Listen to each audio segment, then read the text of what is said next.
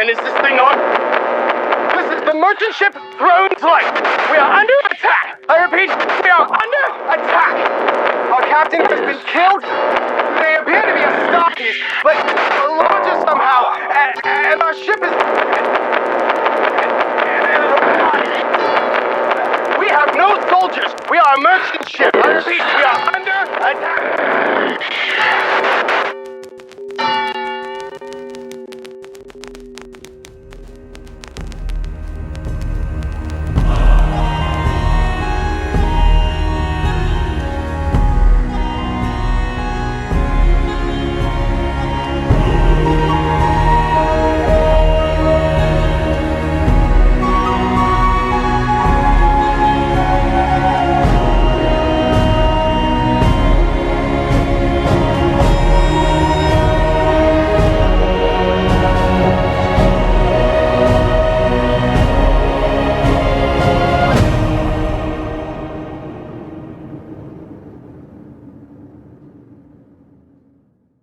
Welcome, everyone, to another episode of Call Laura. I'm Ben. I'm Eric. And I'm Jerry. And today we're covering the Death Guard. Is it our first Legion? Yeah, I think it is our first Legion It's episode. our first Legion. Yeah. So we decided to go with, what did you call him, Jerry? Oh, Farmer Morty's troops. Farmer Morty's troops. Farmer Morty. Yeah.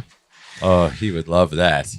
So initial impressions on the Death Guards, guys, as you did your research. We also, we sat down and listened to Garro, Knight of Grey. Ooh, yeah, highly recommend. Right. Yeah, it was great. It's short by comparison. It's only about 3.5 hours long. We did a book review on it. I believe. Yes, we did. Yeah. We did. Yeah. So check that out. So we did listen to that as part of our research. Right. I've also listened to Flight of the Eisenstein, The Hidden Dagger, which Eric, you also did those two as well. Yes, I did. Yeah, Hidden Dagger has been a while now for me. It has. That was back when we did Mortarion's episode. So go back and listen to that as well, because that'll help provide extra context to this episode. Yeah. So Jerry, what were your first impressions of the Death Guard after doing your research and listening to the story? Well, they're pretty cool. Like it's they have a neat, unique flair to them, and they have a lot of cool intricacies that make them very interesting to learn about. yeah. Yeah, they are one of the more popular of the Traitor Legions for sure. Right. I can see why. Definitely. Early on in my Warhammer journey, they, obviously were more of the plaguey sort of guys. Which they are. Yeah. There's no denying that. Yeah, but it was interesting to learn about what they were like prior to their fall to chaos. And so that was cool. They're very stalwart people, stubborn. Yes. All right. Their number one trait, of course, is endurance. Yes. Yeah. A trait that kind of ended up dooming them, really. Yeah, that's a good point. Yep. Nothing is unbreakable.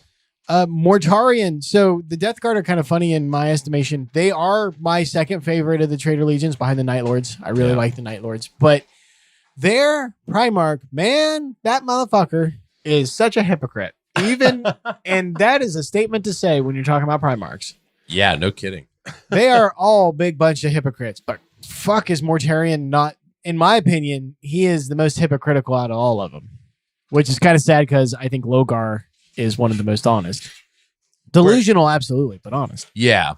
It's that delusionalness that does lend to the honesty there. He's the one you would think would be the most hypocritical kind of on the surface. Yeah. Looking at him, but Yep. All right, so the Death Guard, the 14th Legion, they started off as the Dusk Raiders when they were under the Emperor on Terra. Yep. They got their name because their favored tactic was to attack at sundown. They were known for being quite stalwart. They had battle cries, of course, for the Emperor and things like that, but they were one of the more stalwart legions to start with. And their armor back then was a very dark red color. To blend in with the setting sun. Right. Yeah. The Death Guard got a lot of their recruits out of an area in Terra called Albia. Now, when you're talking about the original areas in Terra and like what their names are versus where these areas are in corresponding time now, I think so. Everything that I've found, everybody says it's definitive until it isn't. And there's always like, well, they came from Albia and it's supposed to be from this certain region, which I think is supposed to be somewhere in the Caucasus if I'm Caucasus. the Caucasus Mountain regions. Oh, okay. Okay. I think is like where that area is supposed to be at. Don't Okay. quote me on that. But they were made out of pretty stern stuff because they were one of the few of the traitor legions that ended up surrendering to the emperor, but only after putting him through such a fight that he kind of really wanted to broker peace with them versus conquer them. Okay. It was just kind of not worth it. I see. Would have been too much of an attrition Yes. if he were to have to grind them all down. And I believe they were one of, if not the last holdouts, really, Okay. to kind of cement his power. That fits. Yeah, that's saying a lot about how tough they are. Yeah. Right. Yeah. And how stubborn their will is. So, of course, this is the Dusk Raiders are where we get Nathaniel Garro, the famed hero of the Siege of Terra and the Horus Heresy. Of course, he was a member of the Death Guard that stayed loyal even beyond the heresy. Right. And he'll come up more than once, I'm sure. Oh yeah. I'm sure. So the Dusk Raiders really, they were one of the ones that really got their whole world upended when Mortarion showed up.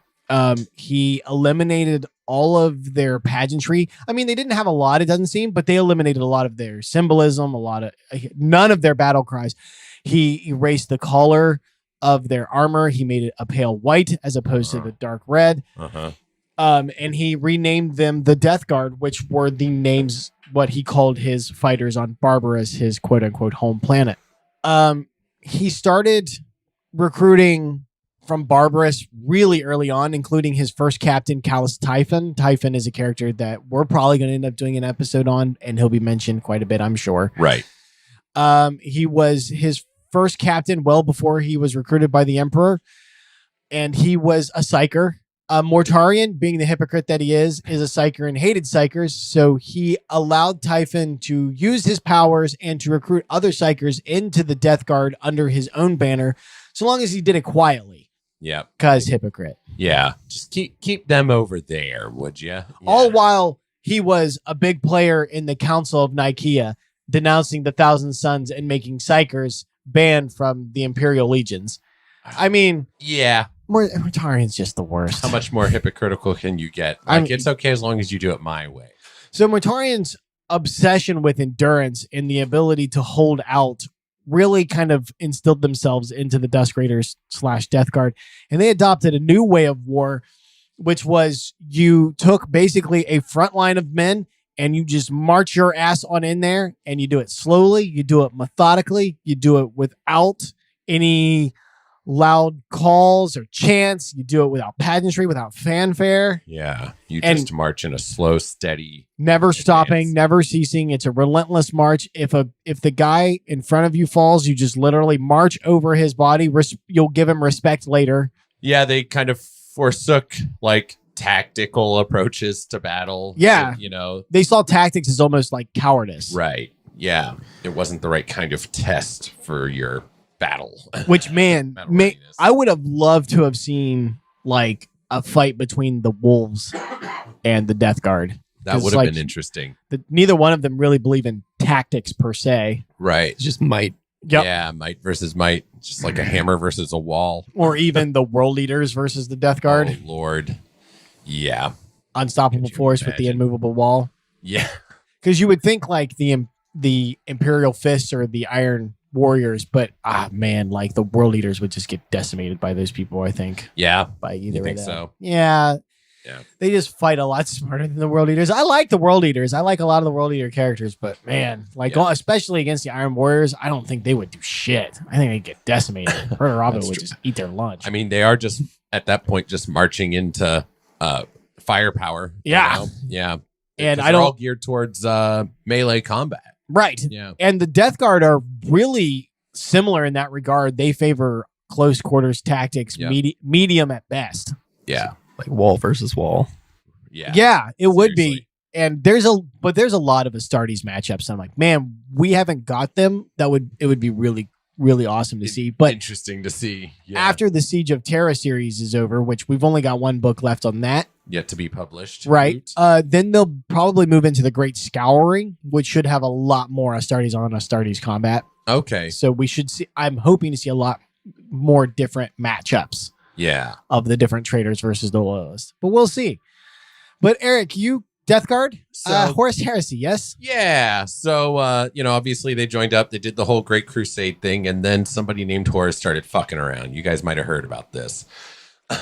Something about it. Yeah. So, reading like The Flight of the Eisenstein and, well, that would have been, let's start with a motherfucker named Typhon.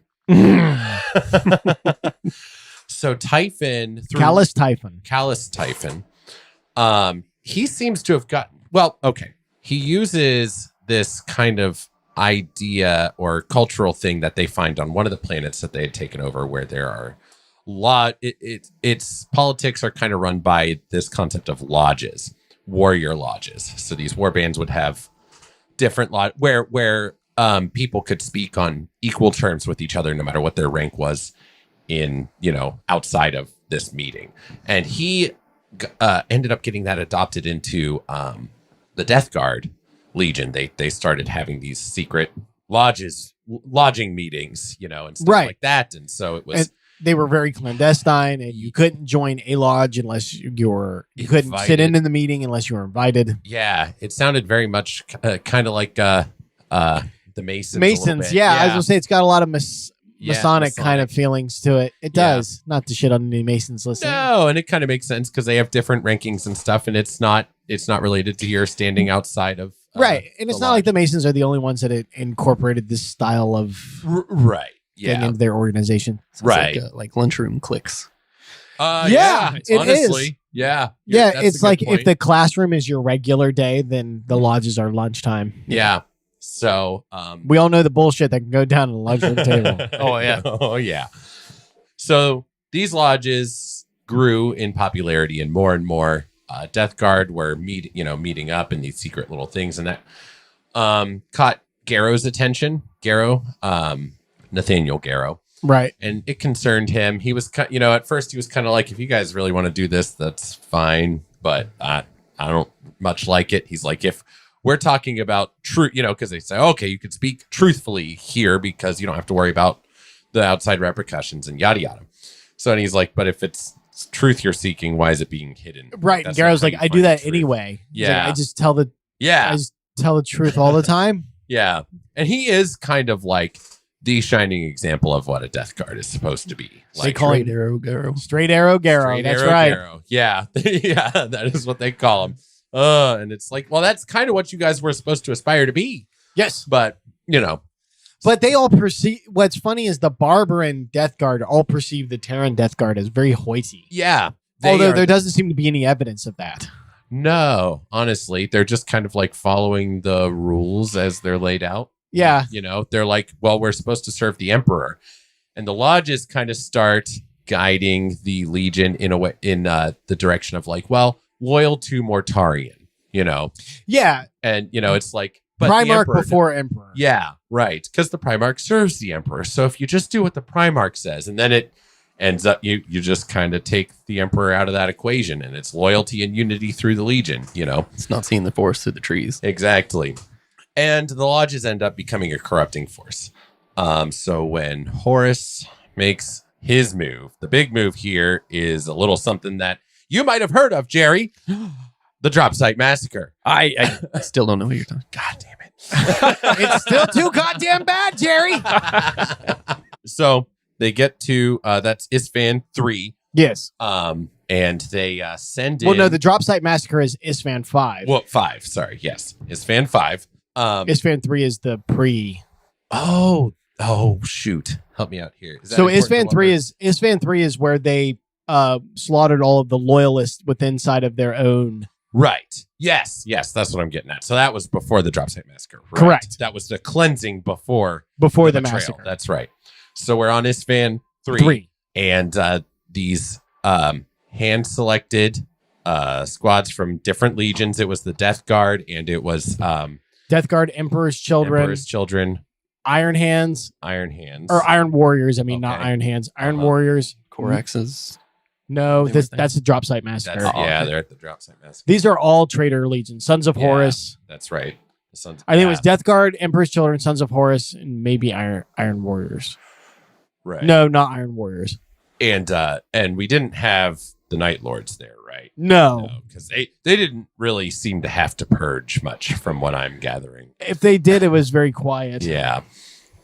So all of these Space Marines get sent down onto this planet to, take it in the Emperor's name, they believe. And Garro is left. He ends up staying aboard the ship. And this is in Flight of the Eisenstein. And I can't quite remember Sons of why. Horus, World Eaters, Emperor's Children, and Death Guard. There we go. Thank you. It was the World Eaters, not the Iron Warriors. Okay. So all of these Space Marines are down there, and the order ends up getting given to commit exterminatus on the planet with all these guys down there. Now, I need the name of the guy who broke away from the fleet. Un momento porpus flavor. I think I saw that it was like a third of the Legion that was still loyal to the Emperor Oh, yes. that they sent down. Yeah, it was, which is just so many of them. Yeah. So the name of the Emperor's Children guy you're looking for is Captain Saul Tarvitz. Tarvitz.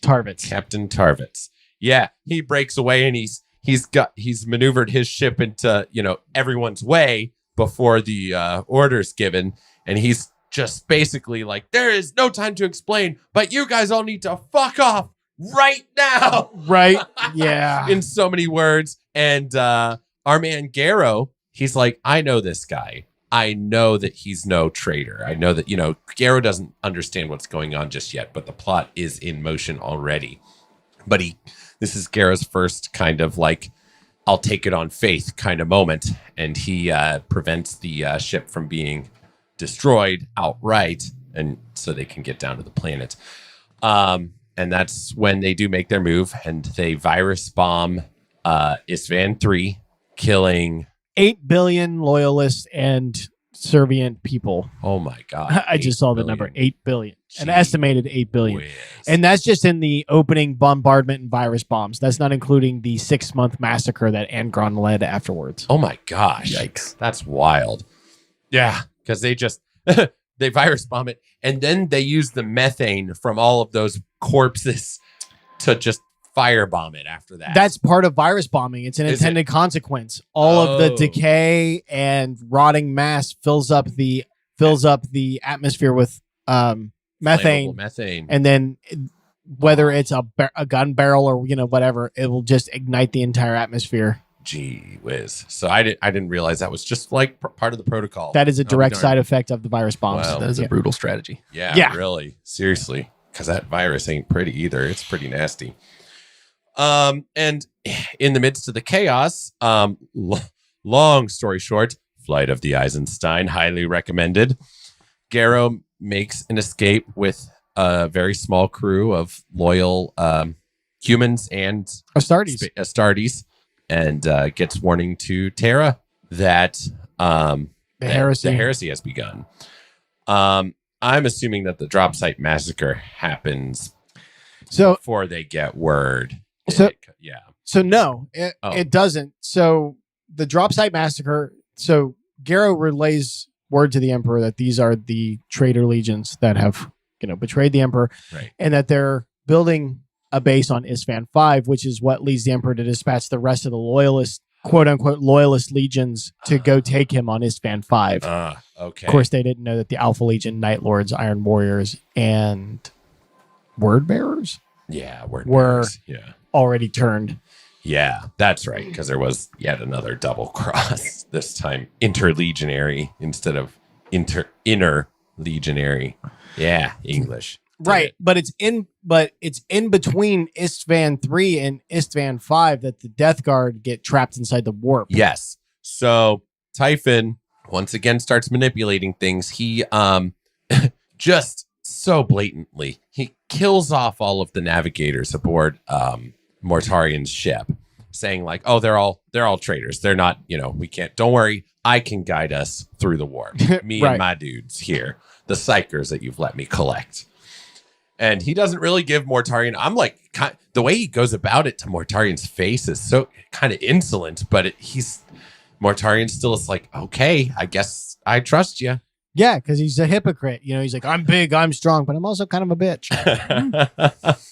So, Typhon is guiding them towards he's supposed to be guiding him to Terra and ends up getting them trapped in Nurgle's clutches within the warp.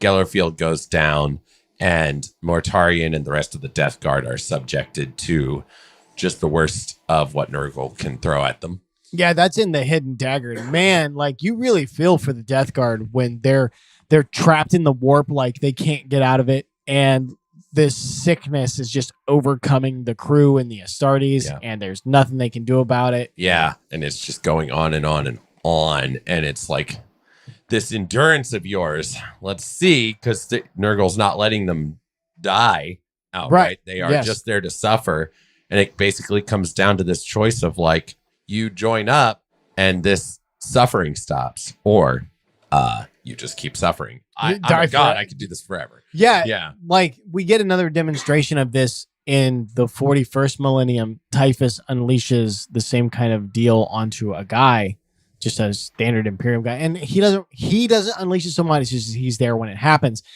And this guy decays, like goes from just a regular person to decays all the way down to mold in minutes.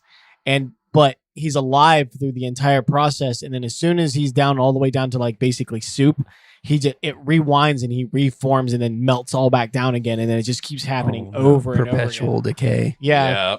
And so this is what Nurgle was doing to the Death Guard, just over and over and over. Yep. And finally, Mortarion does what a Death Guard is never supposed to do. He gives in, surrenders, and becomes a demon Primarch and condemns his legion to becoming plague marines and other such horrors. Yeah. And then they're allowed to leave the warp and continue on their way to Terra, where the siege begins. Right. And they are present throughout the entire siege of Terra. They are one of the main forces, Mortarion. If you're a Mortarion fan, the siege of Terra, he gets a lot of screen time. Yeah. A lot of screen time. That was pretty cool. He has a badass fight with Garro, of course, which we listened to today. The only thing we'll touch on that book is I want to save that for Garro's episode, obviously. Yeah, right on. But what it does highlight in that is the difference between Typhon and Mortarion. Oh yeah. In that book, Night of Grey, I was telling Eric before we listened to it, like one of my favorite things about this is there's a scene where Mortarion and Garro are fighting one another. And of course, Mortarion's just showing off, right? Because he could easily wipe out an Astartes. Typhon is in the background, just losing his shit. He's like up on this raised platform watching it. And you just imagine him yelling and screaming and hopping up and down, walking back and forth. He's just, because kill him. Yeah, it passes over to him every once in a while through the fight. And he's just like, would you just kill him? Would you just end it? Just do it already. Yeah. And it just really highlights like the difference between the two. Right. Mortarion is really petty. Yeah, he is super petty. He's trying to prove some points. Yeah, big time. This is very much an ideological thing to him. And it has been from the start. Like, he got, he can get it convoluted in his mind enough to be pissed off that the Emperor saved his life, back on Barbarous a long ass time ago. This guy is just petty, and he's got the, we haven't talked about the Lord of Flies this episode. No. That's a demon, powerful demon that's tied in with the Death Guard, and has possessed a few of the Death Guard along the way. And it was but anyway, So, the Death Guard get largely exercised from the Siege of Terra after a really nasty battle with the White Scars over the spaceport. Right. Yeah. Horus ends up like giving Mortarion's people command of that spaceport by the Lions. Is it the Lions? Lionsgate spaceport. Yep. And then Jagatai and him duel, and he ends up banished back in the warp, and leaving the Death Guard pretty much. Yeah, and what's kind of cool is we haven't gotten there in the lore, so we don't have a whole lot of details on it. But like during the scouring and the exit of Terra, like the traitor legions are just like falling back like mad, right? Because Horus is dead and all this shit is crumbling. Yeah. But the Death Guard make a very orderly, very slow retreat. If it was a military tactic, you would say that they retreated in good standing. Okay, that's what it's called. Like they refuse to be like run off. They were just like, we will leave. While firing backwards. Yep. But on at our time. on our own pace. We're not retreating. We're walking backwards. It's a tactical leaving. Yes. We're leaving with all dignity and Yeah. Because, their whole thing is like, we don't retreat. We don't retreat. We don't retreat. And it's like we're not retreating. We're leaving. This is a difference. Yeah, definitely. Definitely. Before you guys hooked up with Chaos, you were sticking to your we don't retreat a lot better. I'll just say that. Yeah, well. So also we should mention that the Barbarous was exterminated by the Dark Angels. Right. Yeah. Through the whole cataclysm of the Horus Heresy. And that was their base. Yeah. That was their where home they drew planet. The Barbarous sourced Space Marines seem to have a lot of pride in that too. Oh, for sure. This would have been a blow dealt to them that they would feel forever. Yeah. So, because can they even bring themselves to add to their ranks anymore? Oh, yeah. Yeah. Oh, They okay. can. We're going to get into how legions make their Space Marines in one of our October episodes. Okay, good deal. Oh, yeah. Oh, no. Oh, yeah. Oh, boy. But the Death Guard, after the Horus Heresy, actually kind of maintained a lot of their unity. Actually, they maintained almost all of it. Most of the traitor legions are actually are considered to be shattered legions. Yeah. They're scattered across space. If their Primarchs are around, they command fractions of what it once was. But the Death Guard are not like this. Okay. I kind of thought they were a little probably not by comparison. No. Actually, they're one of the few legions that can marshal almost their entire legion strength when required. No kidding. Yeah, which is so Nurgle, if you think about Nurgle in the Pantheon of the Gods, he apparently, in the tides of taking power, he doesn't take, because, Khorne is the oldest and the most powerful, but who's sitting on top of the throne kind of ebbs and waves with this game. Yeah. Now, Nurgle doesn't often take the seat, but when he does, it's like this real heavy-handed build. Okay. Fuck, I lost where I was going. Nurgle. Heavy-handed build. Yeah. Keeping that legion right. together. You're right. So he's a very slow, heavy-handed build, and he's able to marshal a lot of forces to push into the other regions when he desires. Uh-huh. And a lot of the other Chaos entities seem to know that Nurgle's area is not one to stir up, because once you stir it up, he can produce mass amounts of demons. And part of this force is the fact that the Death Guard are not shattered. They do split into groups, but they maintain communication and can reform when necessary. Okay. There are several different war bands, which we'll probably get into some of those. But they split into two major groups, which is, of course, the ones that follow Mortarion. And then there's Typhus's group. Yeah. Typhus has been spending the entire time doing what a good plague spread bearer should do. He's marshaling his forces and just moving around, spreading plague across the entire galaxy. He's not stopping. Mortarion, on the other hand, really set up shop in the Ultramar system and decided to take up one of the Ultramar planets and recreate Barbarous.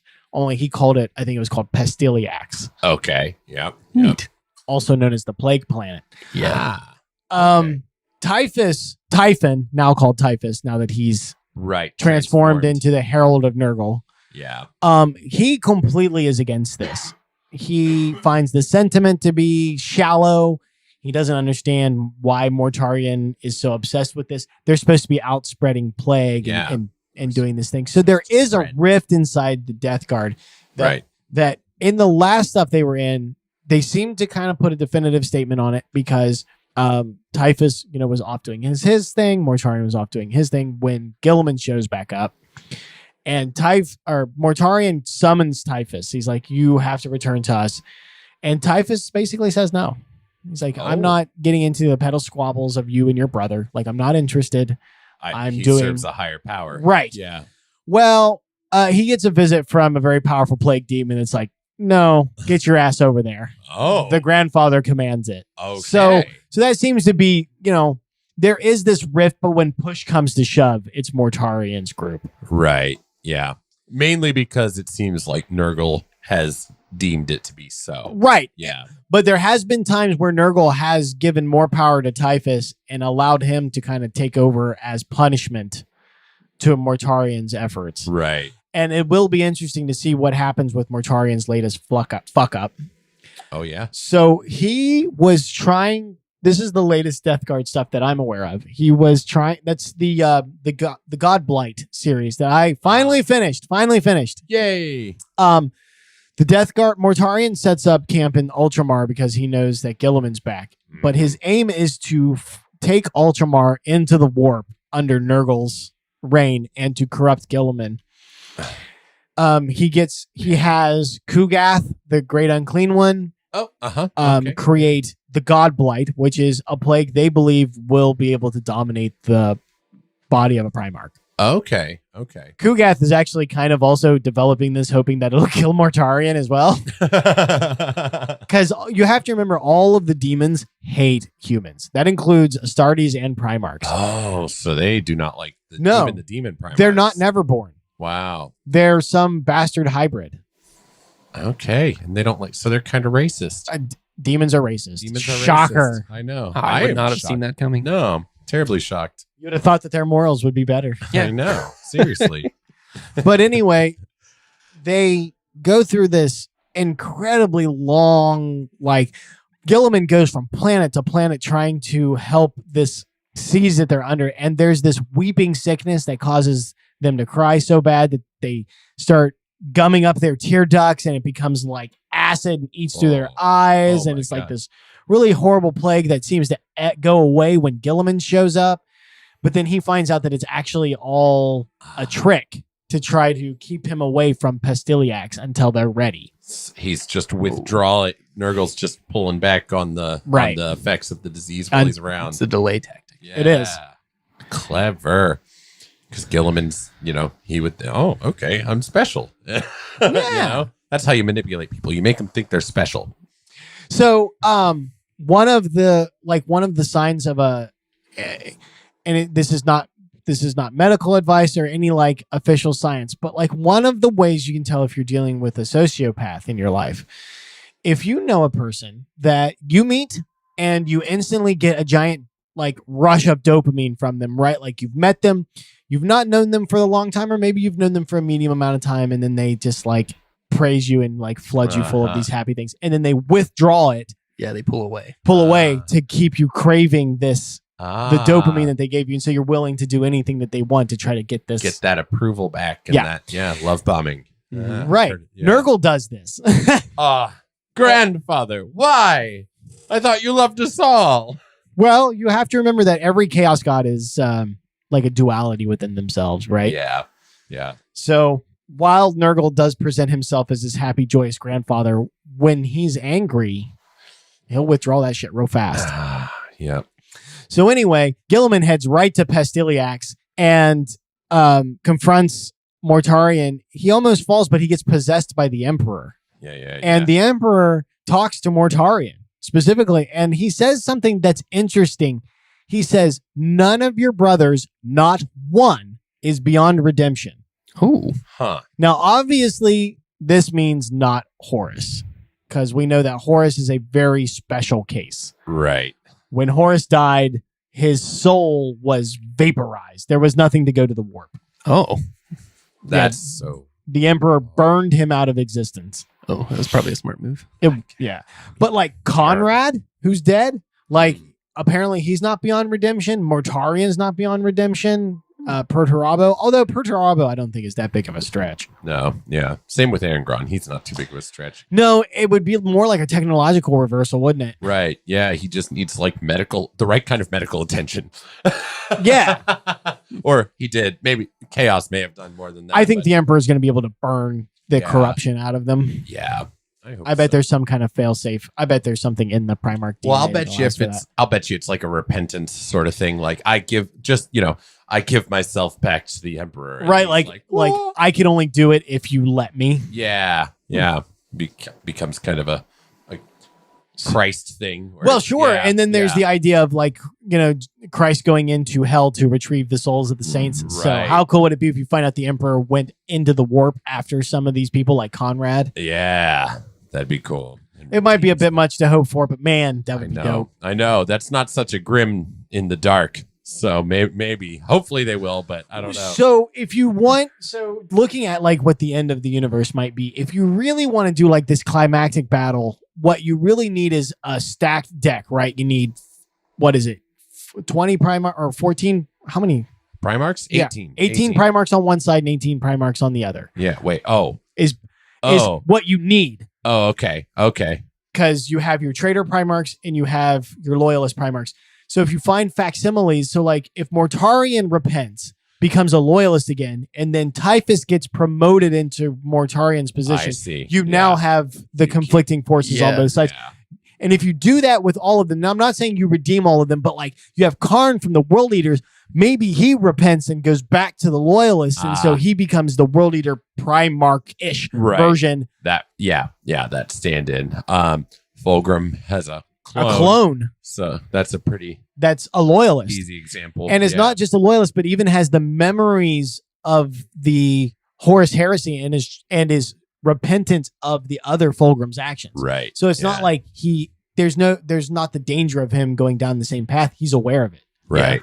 Yeah. So if you're looking at the end game, they very well could be trying to set up to where there's an equal number of Loyalist and Traitor Primarchs, quote unquote, on each side to fight the battle. Representing each legion. Right. Yeah. I see. You got Alpharius and Omegon. Oh, yeah. Yep. And then the Tyranids can eat everything. And then the Tyranids come in and wipe the board. But anyway, the Emperor, reveals all of this and then goes into the garden and just burns the shit out of it, which stops everything cold. Yeah. The Death Guard are in full-fledged retreat. Mortarion actually gets... So what's really cool in that series is Nurgle himself shows up twice. The god himself. Once is when Kugath is making the God Blight, a giant cloud opens up in the sky and a single gigantic eye, the entire width of the sky, focuses down and is watching them. And Kugath recognizes it as Nurgle is actually watching him. Mufasa moment. Yeah. Yeah. Only that's just his eye. It's just his eye. The other time is... The other... Jesus. Simba. Remember who you are. But the other time is they're fighting in the garden and Nurgle's house, his cottage is in the background and it's huge. It's way bigger than the palace, right? But it's just this gigantic cottage. Yeah. And they talk about a single window, the slats part and open up and they can tell that there's a single gigantic... That gives me the fucking willies. Yeah. And because of his failure, Mortarion gets lifted off the ground and sucked into that slot in the window and it slams shut. Oh my god. Grandpa, I'm sorry. And the Emperor even says, you are not beyond redemption. None of your brothers are, but until the day that you are redeemed, you will have to go back to the father you've chosen. And that's when he just gets picked up and sucked back. I was remember, you asked for this. It's I'm not mad. I'm just disappointed. Yeah, he's now, but that guy over there, the one you chose, he's mad as fuck. Get over here. And so, but what that does mean is that Mortarion is able to come back into the real world. He's active now. We know that Angron is back as well. And Magnus the Red is now active. So the Death Guard are probably going to have a lot more. Yeah. The Lion is now back, of course. I really want Russ. I want Russ or Vulcan to be one of the next ones to be back, so bad. Oh, yeah. But my balls are telling me that's probably going to be Jagged Eye, which is fine, I guess. Why do your balls have an opinion? It's the white scars. It's the white scars. I have a white scar. I don't know. Because I don't want it to be Jagged Eye. I want it to be Lehman or Vulcan because I think that would be interesting. But I really want Lehman. Yeah. Yeah. Bring him back, baby. I want Vulcan. I would like Vulcan to come back because I'd be very interested in what Vulcan's opinion is on the way the Imperium has shaped up. Oh yeah. Just how bleak and cruel it is to its citizens. Oh yeah. Yeah. I'm sure he would be pretty disappointed. I would like Vulcan to handle the ecclesiarchy. That would make my nipples hard. He'd be like, hell the fuck no. Yeah, definitely not. All of this is gonna burn. Nope. So what do we have on the different versions of the Death Guard? Oh, well, they're organized into 7 plague companies. Nice. Ooh. That's pretty cool. Each one of them has like their own fortress on the plague planet. Right. Oh, okay. Pastiliacs. Yeah. Okay, neat. And each one of them has like their own like disease that they carry with like differing effects.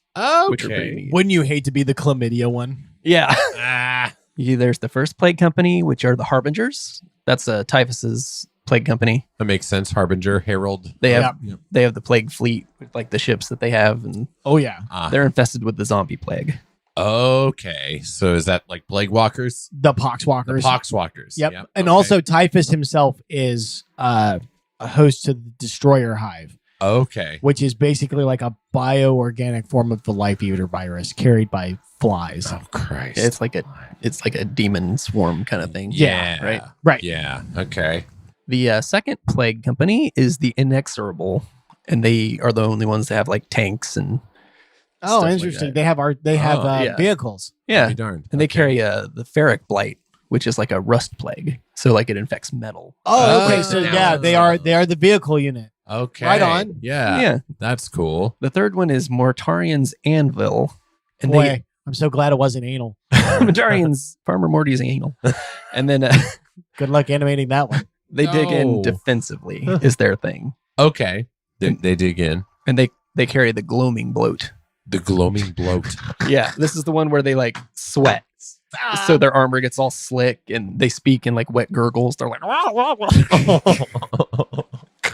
The sweaty Mortarian's anal. sweaty Mortys. This gets gross. They're the fever. The fourth company is the Wretched. They have the Eater of Lives demon is their leader. Okay. Yeah, and they have the Eater Plague. The eater plague. Okay. Does it, let me guess, does it eat away at the flesh and stuff like that?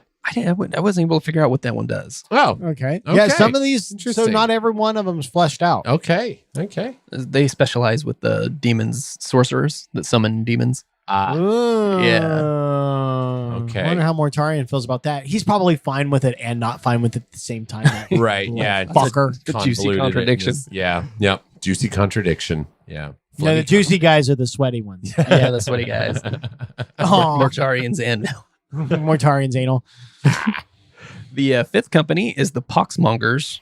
Okay. They carry the Sanguis Flux, which causes endless, like half clotting bleeding. Oh. I bet it's like one of man. those ones out of every orifice. Yeah, they're just bleeding out of all their Yeah, orifices. like you and took too many pores. blood thinners, but then Yeah. it's like still half Every, clotting. kind of every clotting. single hole. You're bleeding out, but not bleeding to death. Yeah. It's Ugh. chunky blood. Yeah, like I bet that would hurt us. I bet you vomited up too. Oh, yeah. You're probably right. just anywhere that it would pool or Yeah. spittle. Fucking Yep. terrible. They probably never changed their underwear. I bet you don't even bother to wear underwear at that point because it's just like spraying out of you Yeah. like a Just fire let it hose. drip down. Yep. Fruit of the loom. The sixth company is the Ferrymen, or the Brethren of the Fly, Ooh, I like Oh. that. And and their job is to acquire new ships. Oh, okay. Yeah. Okay. They're the transportation guys. Yeah. Yeah. So they carry the Droning, which is a parasite. Okay. A parasite. The droning. Interesting. Yeah. And we don't know what that one does, do we? I don't know. No. I assume it's something that like maybe like infects your ears or something. The Yeah, droning. I bet it's got to do with flies and buzzing. Yeah. Yeah. Yeah. Okay. The seventh company is Mortarion's Chosen Sons, and these are the ones Mortarion chose specifically. Okay. I was going to say They sound do special. the plague brewing and the alchemy, Okay. and they carry the crawling pestilence. Crawling pustulence. Yeah, Sounds pussy. It's Yeah. probably pussy. yeah, it sounds terrible. Yeah. Yeah. Very pussy. Oh God. What else you got there, Jerry? I got the unique troops. Let's do some unique we got troops. some unique troops. Okay. I was hoping Ben might be able to shed some light on some of these. Have you've heard of them? Maybe. Okay. The Lord of Contagion is like the heavy troops, the ones that sort of like march in, basically. And they're like a rank that you can be promoted into or something like that, right? Yeah, I think so. Yeah, They're like, okay. if you're like a basic plague marine, you can be a Lord of Contagion. Gotcha. There's the Lords of Virulence. Virulence? Yeah, and they specialize in the mass bombardment kind of thing. Okay. So like even they'll like go in and their stench helps guide like Huh. the bombardments into the battle. Oh, interesting. So that was kind of interesting. Huh. Kind of insect-like with like pheromone guidance. Yeah, kind of like how an ant will leave like a trail. Right.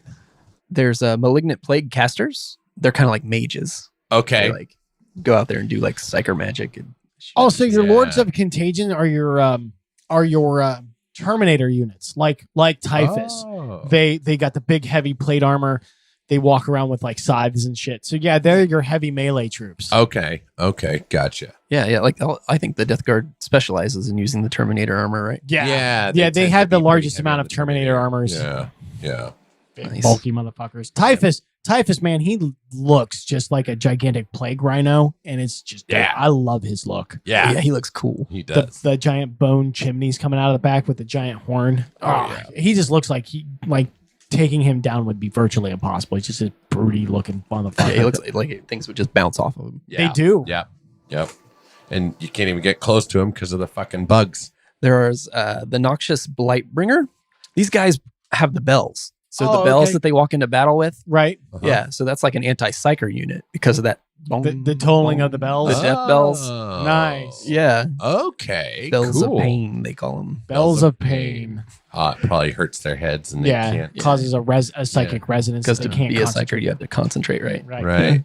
There's the Death Shroud, which is the elite bodyguard unit. Yeah. So they like surround Mortarion. There's usually only like 2 of them, but there could be more. Okay. Yeah. They don't ever utter a word.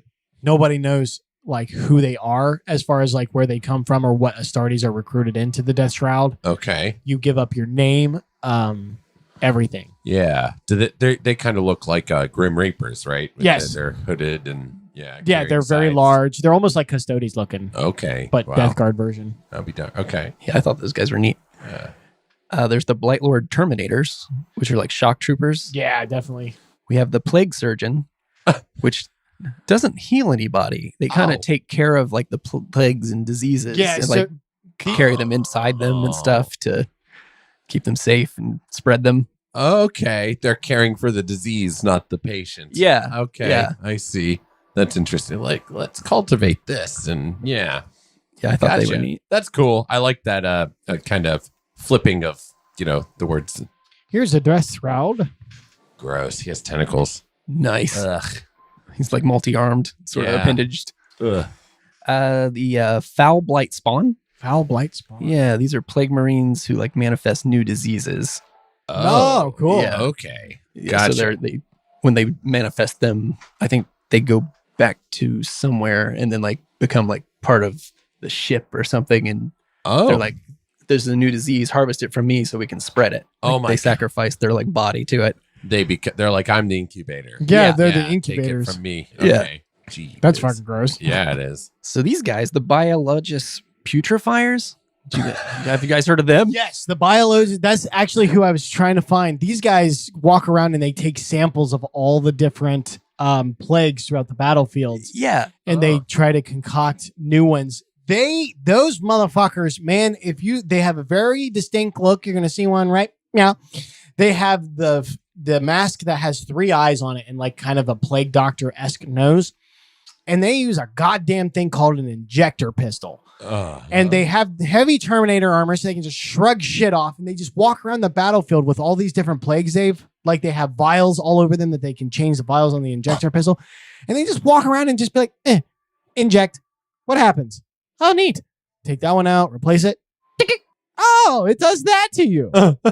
I'll record that for later. Oh my Okay, God. and they just walk around the battlefield doing this to people. Just seeing what the effects are on different people with different diseases. that Yeah, they carry. have like lidless eyes, yeah, and like their eyes sort of allows them to see the plague progress through like warp vision. Oh, kinda thing. okay. Enhances their vision so they can actually see the Yeah. cultures growing and Mhm. gross. Okay. Fuckers. The Grave Wardens, they were like before the heresy, right? yeah.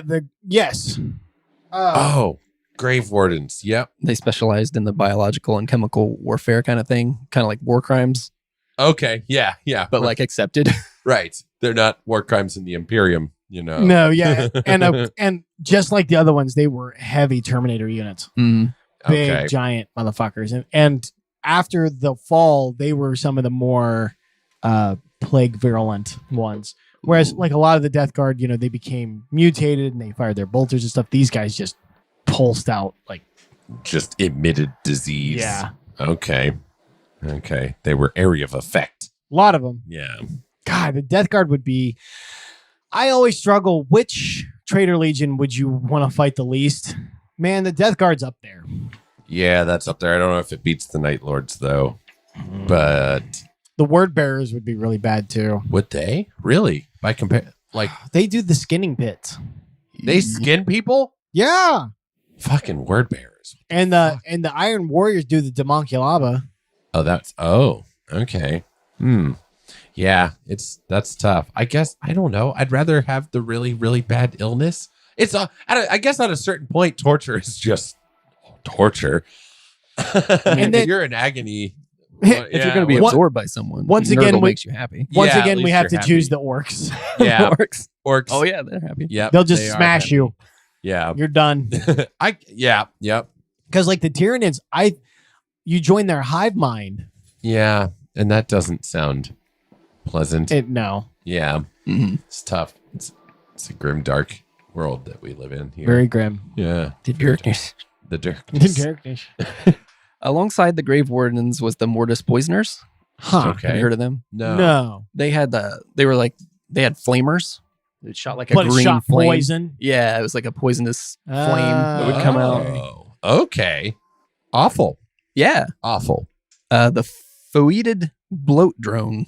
Fetid Fetid. bloat drone. Fetid. Blue drone. Yeah, that was like a demon war engine. So it was kind of like Oh, okay. Yeah.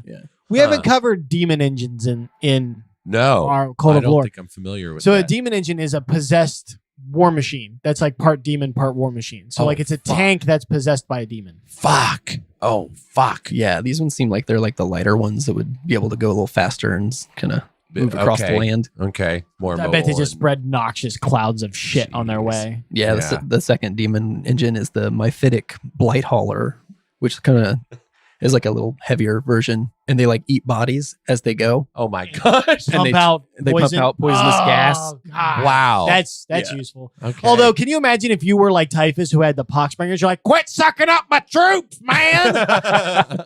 I need them. yeah. And then the Jeez. third one is a Plague Burst Crawler, which I think was designed specifically by Mortarion. I believe It's like a huge tank Okay. thing that he like hid himself away for a while to like design it. Oh. And it was like a spite thing because he wanted his to be better than like the loyalist legions. He's Oh like, my you guys have God, tanks. you I can petty make a better bitch." Tank. Yeah. He is petty. Petty. I still don't know that he's as petty as Perturabo. When we get into Perturabo, Yeah. that dude is the definition of petty. Okay. Yeah.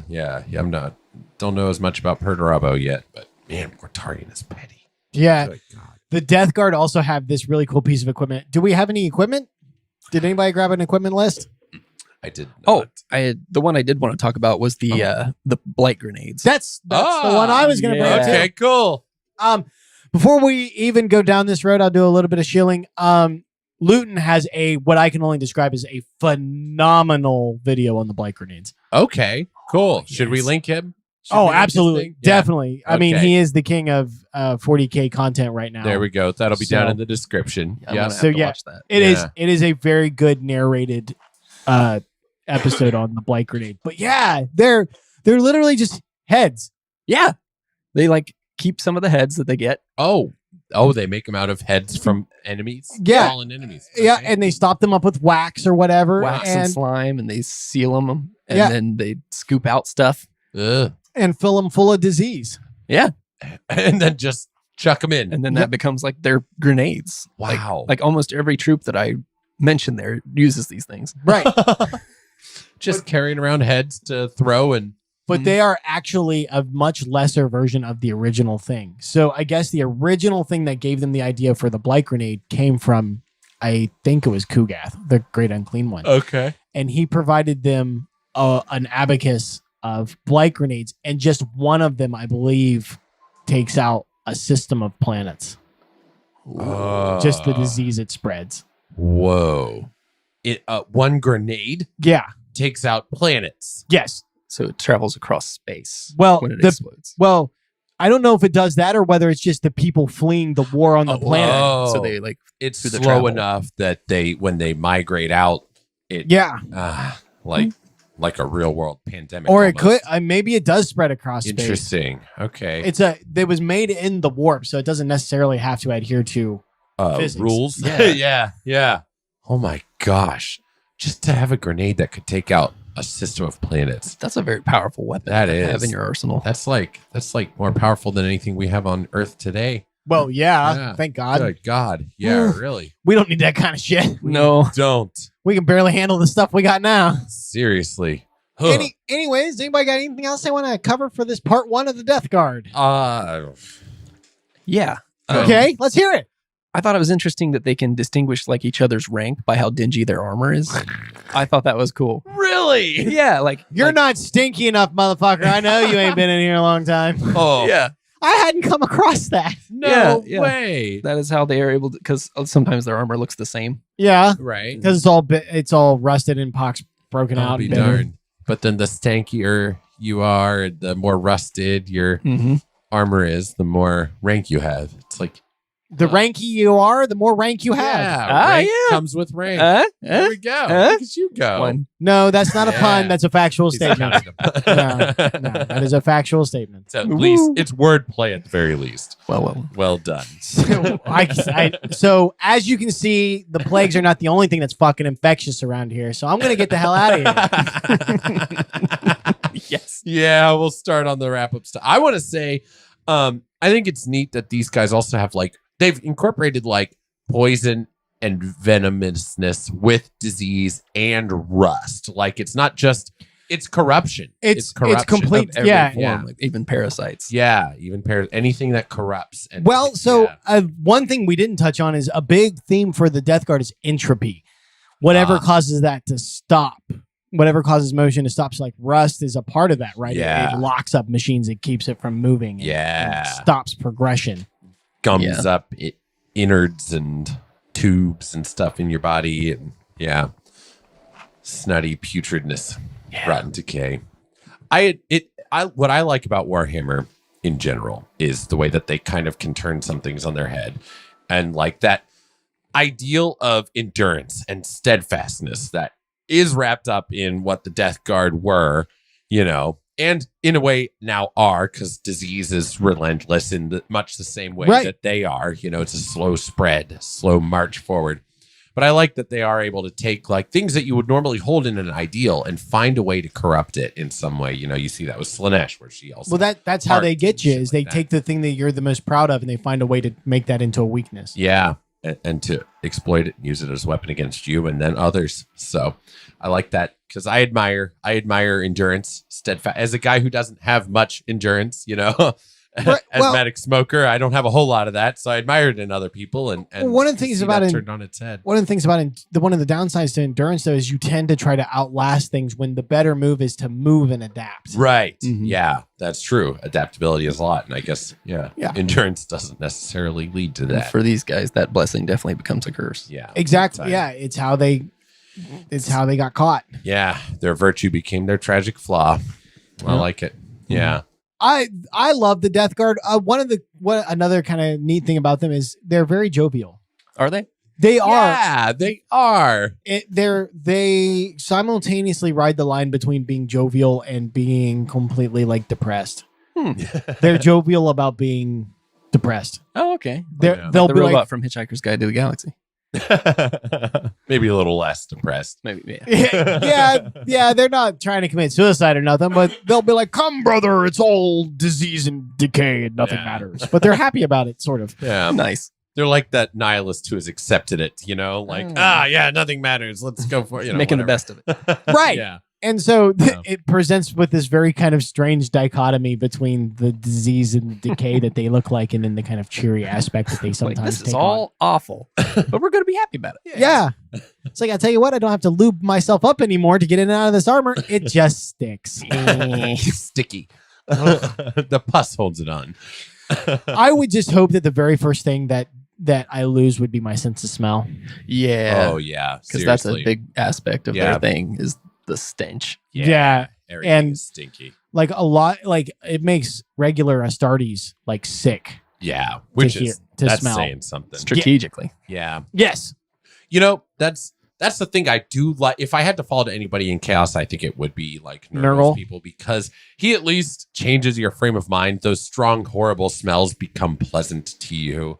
The Yeah, disease that and is- stuff does like I kind of have to agree with that. you know, because then it's like I can just imagine it's like being surrounded with like wonderful smells, and you know, like, oh, it's just something baking in the oven to me, you know. Yeah. Mm. Oh, there's something baking in somebody's oven. A lot of them basically become ovens, kind of. Yeah, they that's really what I mean. do. Yeah, they're Yeah. the ones cooking. They're Yeah. they're cooking it up, and in the grandfather's name. All right. Grandfather's cookies. Yeah. Oh, that's disgusting.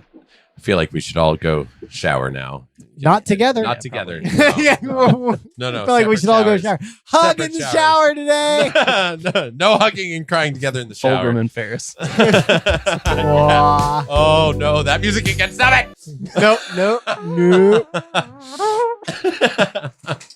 All right, should I do the wrap up thing? Yes, let's plug all the things. All right. So, if you've enjoyed today's show and you're new to us, you can find way more Cult of Lore stuff, you know, on this channel if you're watching on YouTube, or in our feed if you're If you didn't watching- enjoy us today, then go fuck yourself. or find another episode. You might enjoy yeah, it. completely kidding. We cover a variety of topics. Try one of those. Maybe it'll suit your taste. Yeah. And if there's something we can change, that's not a quote, because we're not changing those, so don't even bother. Yeah. But if it's something other than that we can work on to get you to enjoy us, let us know. Yeah. Maybe we'll consider it. Maybe we won't. Yeah, definitely open to suggestions. Like Yeah, that. we won't take your head off for it. Yeah. Feedback is considered. Yeah. Check, if you're listening on YouTube, check comments for like corrections or additional information that people like to throw out there sometimes. Yep. It's pretty cool. Yeah, we try to respond to all the ones we can. It won't be big. Yeah. It won't be big hulking responses, but Yeah. we try. Yeah. Space hulking responses. Not Space Hulking. Listen, we're not done yet. You hold it in. You have your allotted time. I'm just oozing. We also have some other great shows. Cult of Campbell, where we talk about Bruce Campbell and his filmography and go through and examine that. We have Cult Talks Conspiracy. Yeah. With Bailey and Ty, and they dig into, each episode digs into a different conspiracy, and they cover all sorts of neat things like UFOs and Atlantis recently and stuff like that. Or maybe not recent. I don't know where Yes. they're at in their schedule. Sweet. All right. American Pie Slices. Oh, and American Pie Slices, which is a mini series that Ty and Michael snuck in on us. And that's a 6-part series examining the single movie American Pie. So if you liked American Pie or are feeling nostalgic in any way, they can scratch that itch for you. That's a lot of fun. I listen to it. They're pretty fun. Yeah, and we've And- got a lot of other different things coming down the pipe, so stay tuned. So at Cult Talk Net, we'll get you to anything that we found. It's a link tree, stuff like that. These links will be in the description.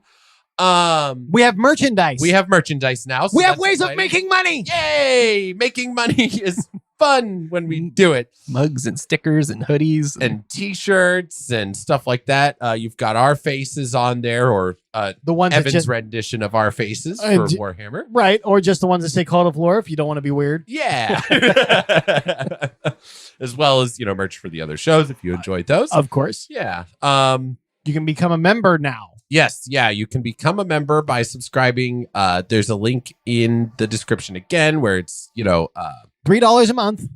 little as $3 a month, and that helps to support the show and help We are us going to grow. probably start some form of exclusive content, I imagine. At very some shortly. point. Yeah. So get ahead of that. That'll be fun. I think that does it. I think I hit all the things. That was a lot of things to hit. There was a lot of things to hit. Yep. Yeah. Looking forward to Culttober coming up in October, but that's ways away. Is it? Is it a ways away? I don't feel like anymore. it is. Yeah, it's getting close. We've been doing a lot of work on Culttober, so looking forward to 3 that. months away, man. Yeah. Good Lord. Okay. Yeah, so don't be starting that. It's a long ways away bullshit. It's coming up, so be ready for Culttober. And then we'll have a cult Christmas stuff after that. That's a long ways away. Yeah, that's a long ways away. So cool. Yeah. Thank you guys so much for listening. We enjoy doing this, and we enjoy that you enjoy it. So thank you for that. We've had some pretty successful episodes. A lot of people turned out for that Tall Tales episode. Yeah, that was so much fun. Thank you for that, guys. That was a real shot in the dark for us. Yeah, we weren't sure how that would go. That was kind of experimental on our end. So it was great to see that. Yeah, beat out a lot of our other episodes. Fuck yeah, it did. So keep up that momentum. Yeah. It's greatly appreciated. Yeah.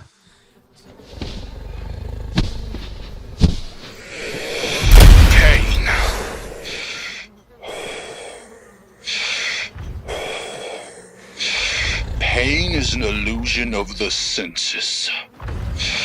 Fear, an illusion of the mind. Beyond these, only death waits as silent judge over all.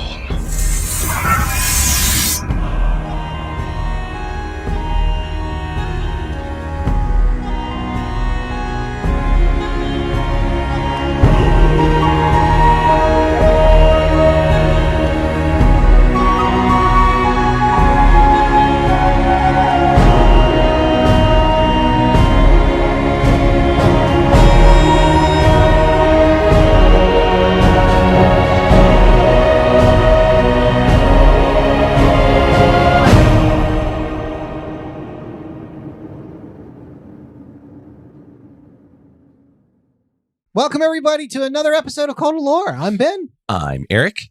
And I'm Jerry. See, look, his microphone is on this time. We did it. You can hear him. It's nice. I'm here. You are here all the time this time, instead of part of the time, like last time. I'm always here. Just in your You'll hearts. be in my heart. Anyway, I'm super excited because we're talking about my favorite topic in all of 40K today. We're doing Primarchs. Yes. Another Primarch. I love the Primarchs. He's been chomping at the bit. Yep. There will be no subject that we cover in 40K to where I get as excited compared to the Primarchs. It's just not. They were pretty much your gateway in, weren't they? Pretty close. Yeah. My gateway into 40K was actually who has the strongest super soldier between, I don't remember who, Halo and 40K, and the Space Marine like handedly beat everybody, and I was like, how the fuck? So when I found out that something that overpowered was like their baseline level foot soldier, I was like, what the fuck? Yeah. Had to dig in. I had to find out what the hell was going on in that universe. Yeah. So today we're talking about Mortarion, the Lord of Death, Primarch of the Death Guard. Yes. Farmer Morty. Farmer Morty. I love that. Jerry refers to him as Farmer Morty, as you just heard. And maybe as the episode unfolds, if you don't know Mortarion, you may understand why as we go along. Yeah. But I like it. Morty. Of course, then I start thinking about Rick and Morty. Farmer Morty becomes Moldy Morty, I guess. Oh, Jesus. So they are the 14th Legion, I believe? Oh. No, because I thought 14th Legion? Death Guard. Oh, my God. X15. X15. So it's one before 5, so that would be 14. That is 14. Okay. Yes. Yeah, All so right. I was You did right. it. Hey. God. It's just so hard to keep these in track, and I fucking hate Roman numerals once it gets past 10. Oh, yeah. Yeah. Seriously. You had me confused too because you're like X15. I was like XI5. And that's even worse. It's an I. Yeah. I know. But I always remember 4 as 1 before 5. Yeah. That's how I have to remember And it. Gypsy says, mailman? Mailman? Mailman, or she doesn't like Roman numerals either. Could be. Apparently it's a Tyrannosaurus Rex. Whatever. She could take them. Mhm. Yeah. I think so. I won't be able to reach her at least. But anyway, Mortarion is they're all interesting, but Mortarion's a pretty interesting character for the Traitor Primarchs. Yeah. He I refer to him as a bitch. You do. But he is and he isn't. He's got a bitch personality, but make no mistake, when it comes to the Primarchs, he's one of the top combatants. Yeah. Yeah, he can hold his own against pretty much anyone if he really wants to. So don't mistake whininess for being not a threat. Okay, so my introduction to him was kind of through, you laid the groundwork for me. Sure, He's kind of a bitch compared to the rest of the Primarchs. Right. And you compare him to like Lehman Russ, and it's like, oh yeah, definitely. But so I read the book and I came away with a lot of sympathy for Mortarion. Sure. Yeah, more than I thought I would. That's good though. Yeah. It's not that Mortarion is completely absent of good or noble traits. And none of the traitor Primarchs are. Yeah. Not even Logar. We'll start at the beginning. So Mortarion, he was snatched from the lab like the rest of the Primarchs and was scattered by chaos, and he landed on Barbarous, which there's always a debate in the fandom between which Primarch had the worst upbringing, and it usually comes down to either Conrad or Mortarion. And I've said that I fall on the side of Conrad. Yes, I'm a little biased. He is my favorite traitor Primarch. But I just think that when you compare the two, like the damage is way more evident in Conrad. Conrad is insane. Yeah. Like okay. His upbringing, and you have to include the visions as well. You can't take them out. Yeah. Because Mortarion had things that he had to overcome too. He had an overlord as a father, whereas Conrad had no one. And you can argue about whether having no one or having a bastard of a father is better, but I think having no father is way worse. Because at least Mortarion had somebody through which could explain the world. There was more structure. Yes, Conrad didn't have that. Yeah. He had nothing. That's true. He had nobody to teach him how to interpret the things that he learned. Yeah. And I was about to say, at least he had more choice in his upbringing, but he kind of didn't.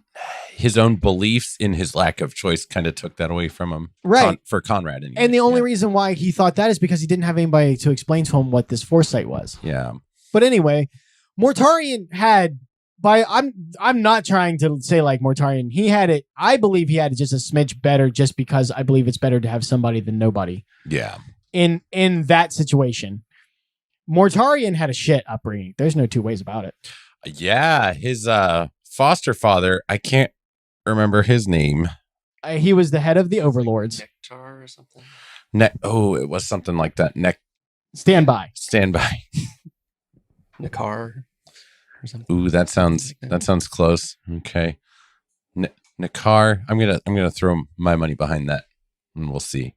Nekar. Necare. Yay! Nekar. All right. So Nakar. So he landed on Barbarous. Barbarous is a farming planet, basically. There's monsters, it's a general shithole that you encounter in 40K. There's weird alien creatures. People have a hard life farming, but what makes Barbarous uniquely oppressive is two things, which I actually think are really one thing. It has this oppressively toxic atmosphere, and it has a ruling class of mutants called the Overlords. Now, when you read the book, it doesn't come out right and say it, but it pretty heavily implies that the Overlords are really, really, really old cultists of Nurgle that have not quite ascended to Demon Prince, but pretty close.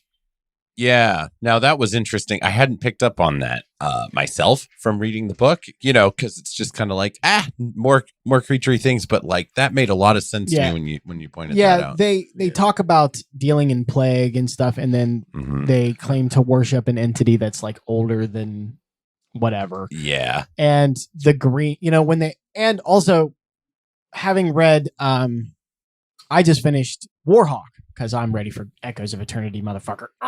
Synchronous!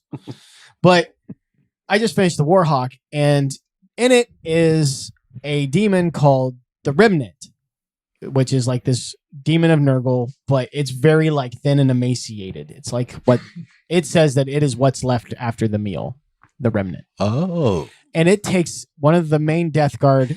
Now, you have to remember, anytime anything's being explained by a demon, 60-40, 20-80, maybe completely and utterly bullshit, right? Like, you never fucking know. And anybody that takes anything they say with any level of like authority, because I saw this argument, I didn't know where it came from, and now I see where it's come from. I'm like, guys, that's your source. The remnant explains to this Death Guard, his name is Captain Morag, I believe is his name. Oh, Morag. okay. And his first name, I believe, is Kaifa. But anyway, kind of explains to him that Nurgle always was watching over Mortarion, like his entire life, and that Nurgle always had a presence, and kind of alludes to that Nurgle even picked where he landed. Okay. Interesting. Right. Well, okay, that could make sense. So sowing these seeds a long time. Right. yeah, so when you start putting it all together, the Overlords, I've seen a few fan artworks of the Overlords, and they get them all wrong. Like, they make them almost like plague orcs, for lack of a better term, right? Orcs with kind of a plague aesthetic. They're not described that way at all. They're very thin and spindly and like wispy creatures. That's why they don't outright fight anybody, is because they're like easily damaged. They're heavy in psychic potential, but whenever you read about them killing somebody, it's like they came out of the gas or the fog and like snatched them. So Nurgle cultists tend to kind of, if they get big, it's like swollen and blubbery, but they tend to be very lean. Even the Death Guard are lean and muscular until they become infected, and then they get all swollen and shit. Like bloated. And, right. Yeah. So expand out. Things tied to Nurgle are actually a lot of the times very like spindly and starving. Emaciated. Yeah. Yeah. So you put this all together, and I heavily believe that the Overlords were at one time humans or human-esque creatures that fell to Nurgle. And okay. But anyway, they ruled over barbarous, and they did whatever they want. It was their playground. Yeah. They were enslaving people. They were raping them. They were killing them. They were eating them. They were experimenting on them. They were using them for fun. Like, they were sort of like bringing them back as zombie kind of things. Oh yeah, the flesh golems, or were they just the flesh golems? The flesh golems, the golems are remarkably close to poxwalkers. Oh, okay. In description, and poxwalkers are exclusively to Nurgle. Yeah. Nice. I hadn't made that connection. Yeah, they're not quite like poxwalkers, but they're pretty close. Yeah.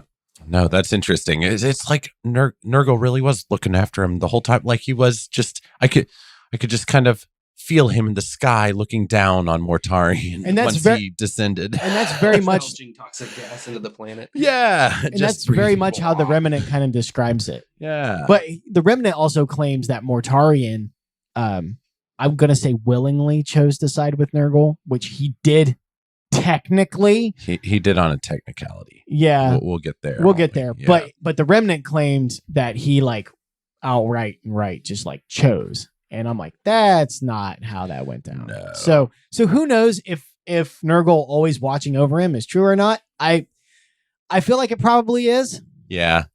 The opportunity was definitely there, I would feel like. Sure. Yeah. So anyway, Mortarion is raised by the head of the Overlords, Nakar, and he's used as kind of an enforcer almost on the other Overlords. Yeah.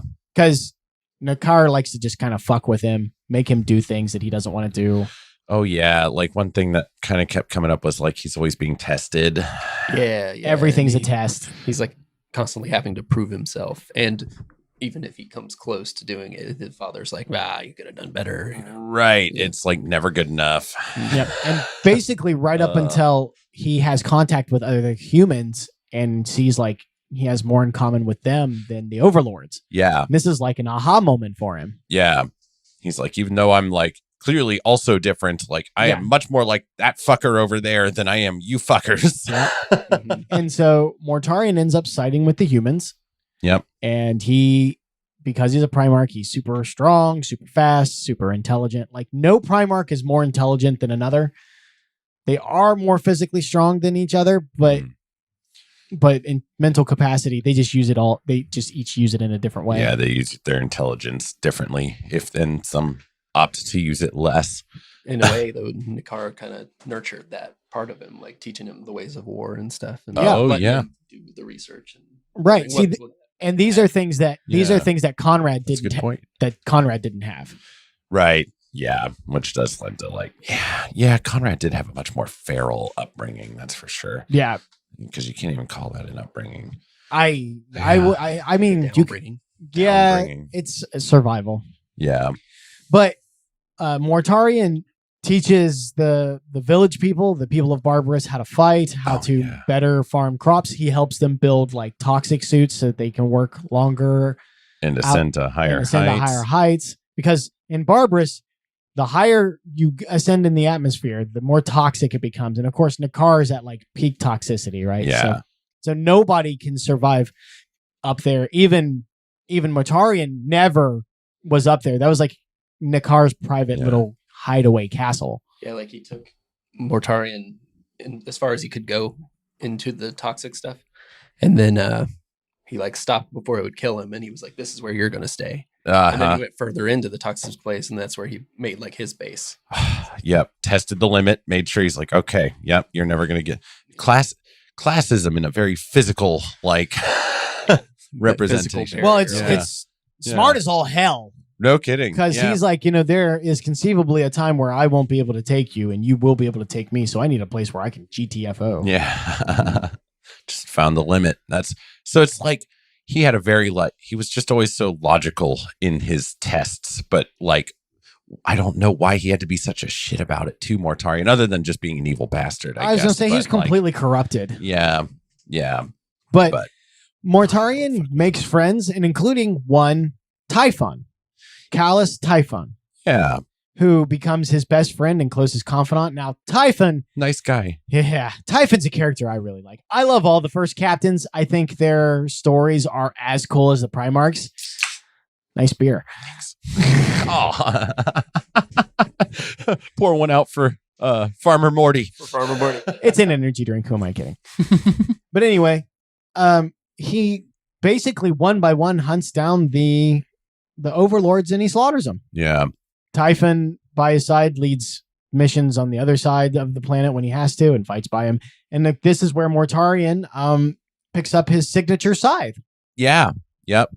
He even, like the very first time he used a scythe, I don't know if it was the same scythe that he's like Silence, right? Is the name of the one. I don't think it is now. But when he kind of first comes down and starts really interacting with human, he uses the scythe first to help them with the farming. Yes. Yeah. And he realizes that was awesome. And he realizes that it's because he makes comments that weapons never felt right in his hand. A sword never felt right. Spear, nothing ever really.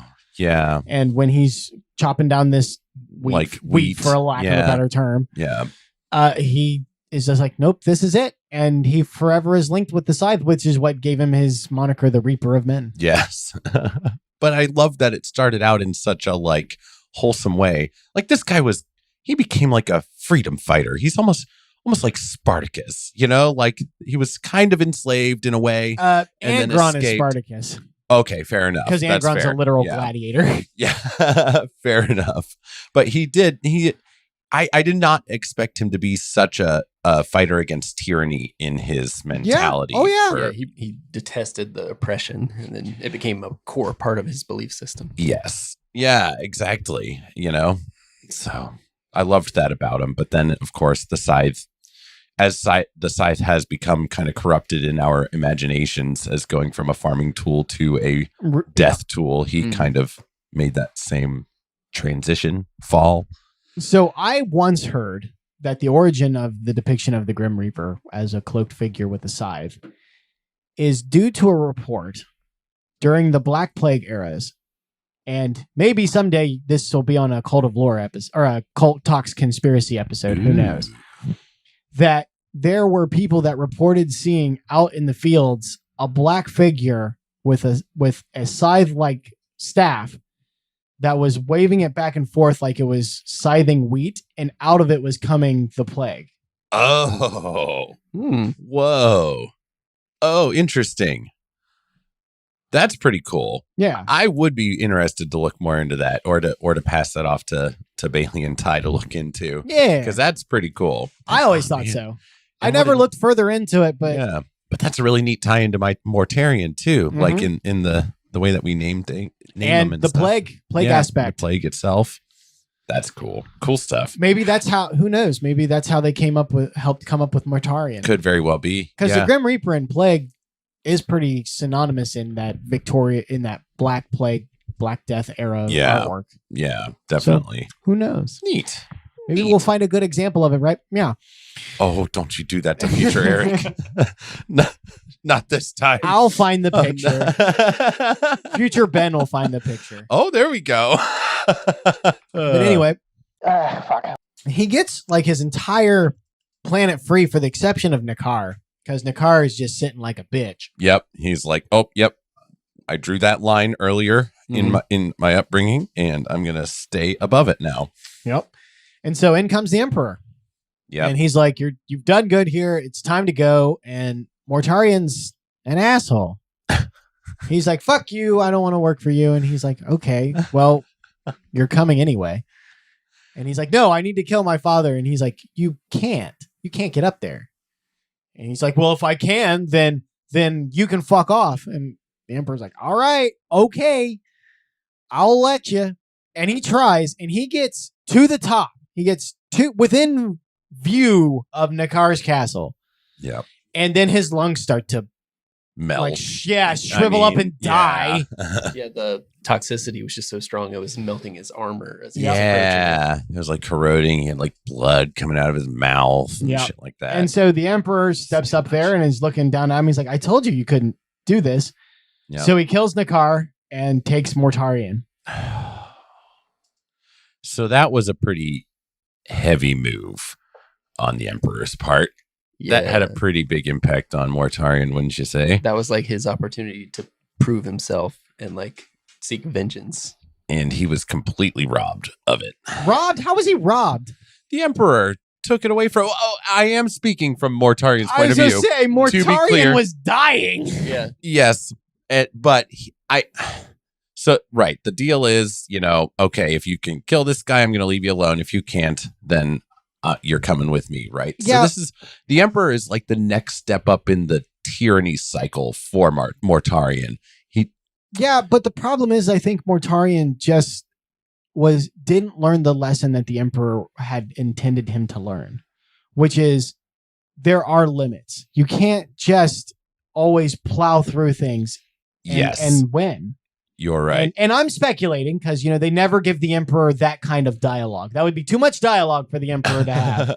And that would also be too much explanation into his thought process. And we don't do that shit at all. Yeah. But which is a smart move. But. Yeah. But that, I think you're probably right because the Emperor is quite wise and everything. All hail the Emperor. And Mortarion, like, that's a common thing that kind of keeps coming up with him is like, he's all about endurance and always pushing forward. You will endure, but he keeps running into those limits without being prepared for them. Well, I think perhaps what the Emperor was trying to teach him is just because you might be able to endure something doesn't mean that you should. Yeah. And that sometimes just walking away is the better option. Yeah. Yeah.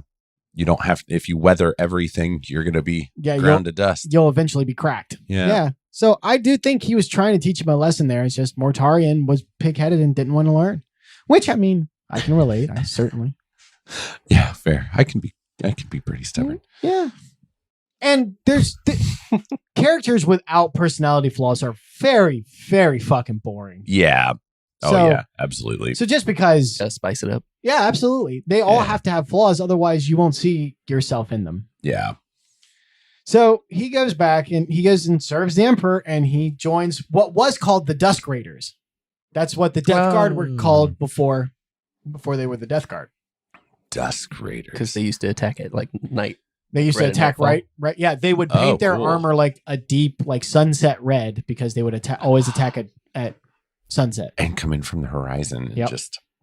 Oh, that's cool. Okay, I haven't gotten into that part of the lore. Neat. Well, so we're not. That's about as far as we're going to dive into it because the legions themselves are going to get their own episodes. Okay, they deserve it, especially because you can get into some of the legion heroes and things like that. Yeah. So we will. There. Yeah. So that's just a little brief. And god damn, like Nathaniel Garro. Oh yeah, he's a cool character. Yeah. I've ran into him in the book. The Hidden Blade. The Hidden Blade, or Buried Dagger. Buried Dagger. Yeah, that's what it is. The Buried Dagger. But Garro is a character that definitely needs to come up within the Death Guard episode. If you don't know anything about Nathaniel Garro, Luton actually just did a really awesome video on him. You're not allowed to watch it because he basically, Spoilers. yeah, well, not so much spoilers, but he goes through the story beats of Flight of the Eisenstein.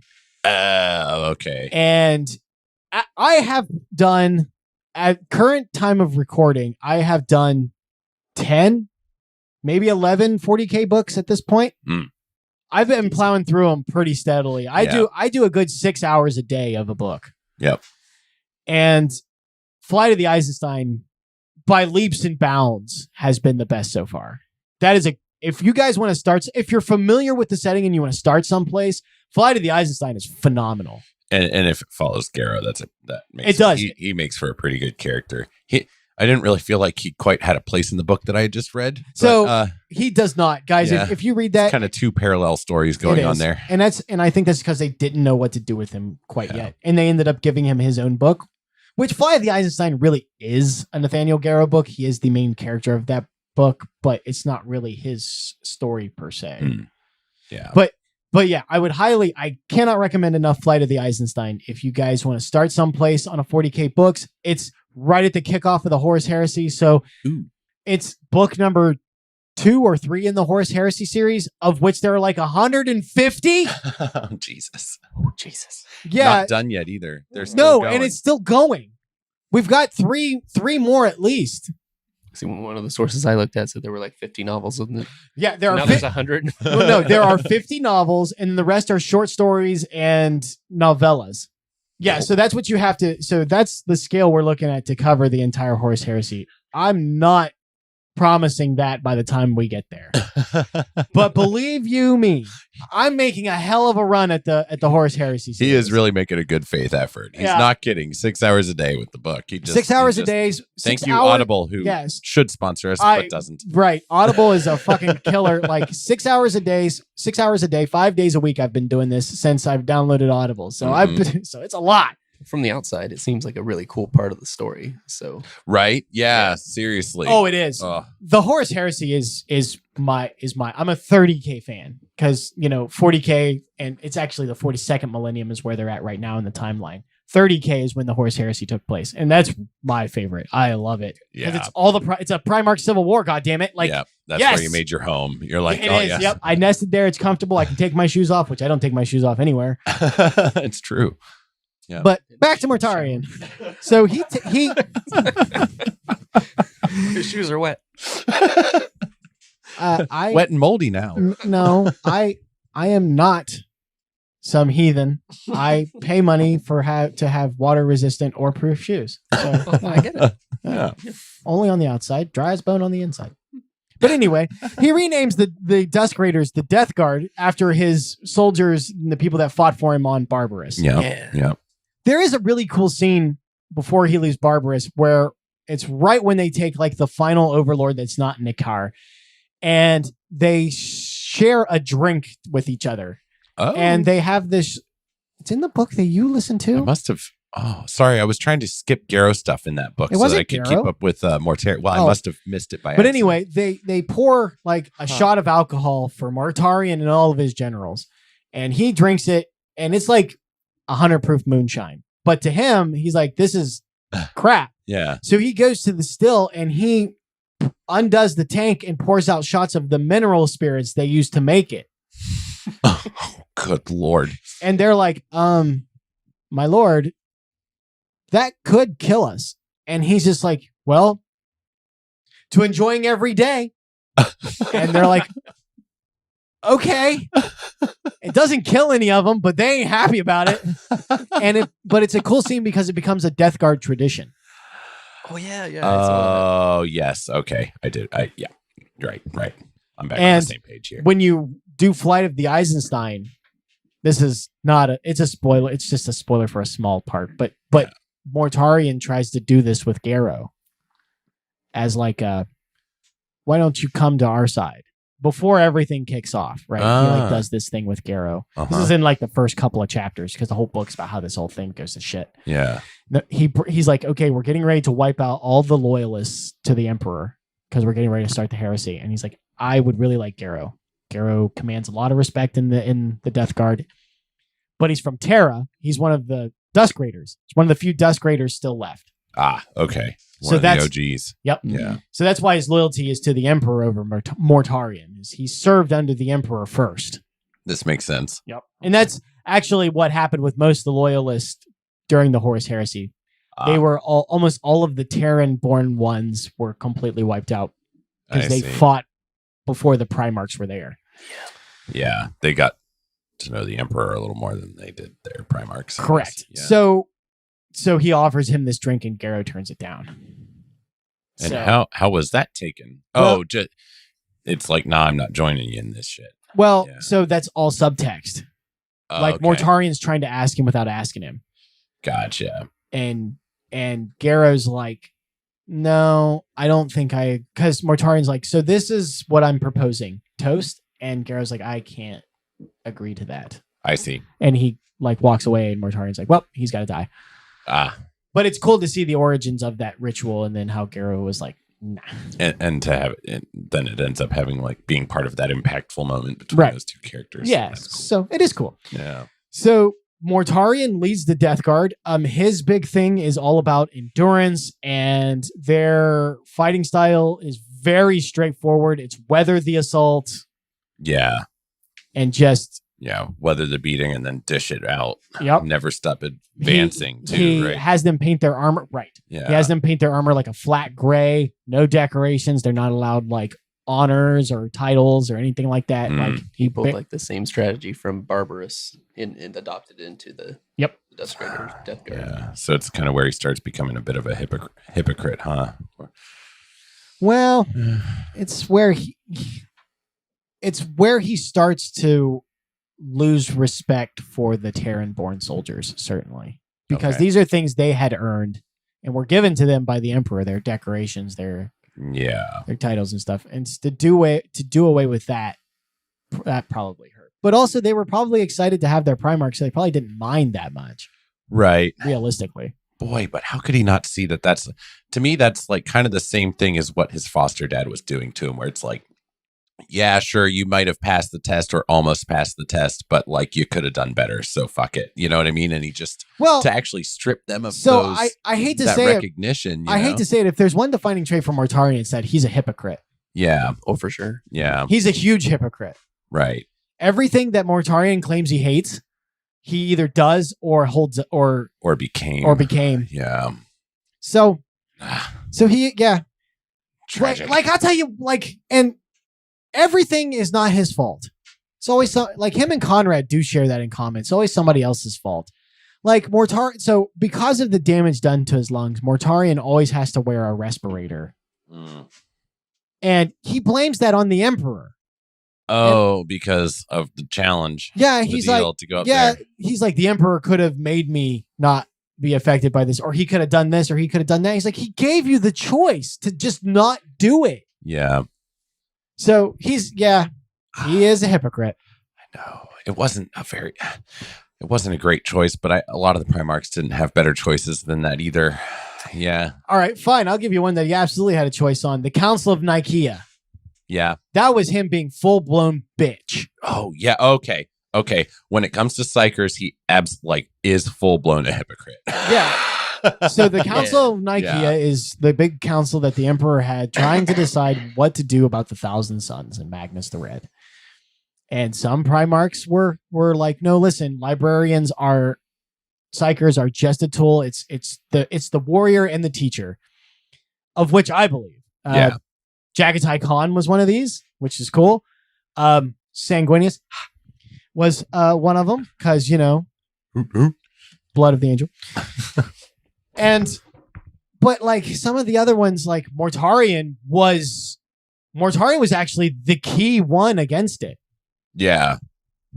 And pretty staunchly against. Yeah, the whole time he's telling people like what you need to do with your psyker units. Meanwhile, back at his unit, he has Typhon just quietly rounding up all the psychers, and he's still allowed to use them. They become Typhon's unit. And he's cool with it. Yeah. He's like, as long as I don't have to see him, it's fine.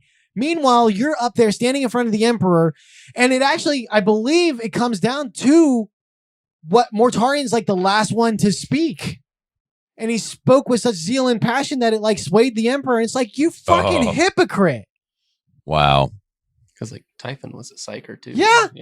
Yep. And Mortarion claimed that he didn't know about that. That's bullshit, though.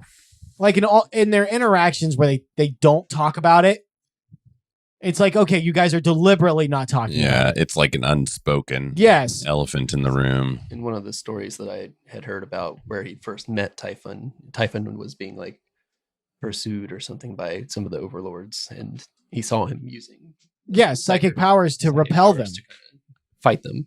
And then he ended up saving him or jumping in to help save him. Oh, okay. Yeah, so he might not have known at that time what a psyker was. He might not have knew, but, right. But he did have an idea. He had the context to put it together. Once he got into the Imperium, he certainly would have been able to put it together. Yeah, right. Yeah. So fuck you, Mortarion. When it comes to psychics, you psychers, you fucking bastard. Out of sight, out of mind. And because of him, fucking Magnus the Red and the Thousand Suns turned traitor.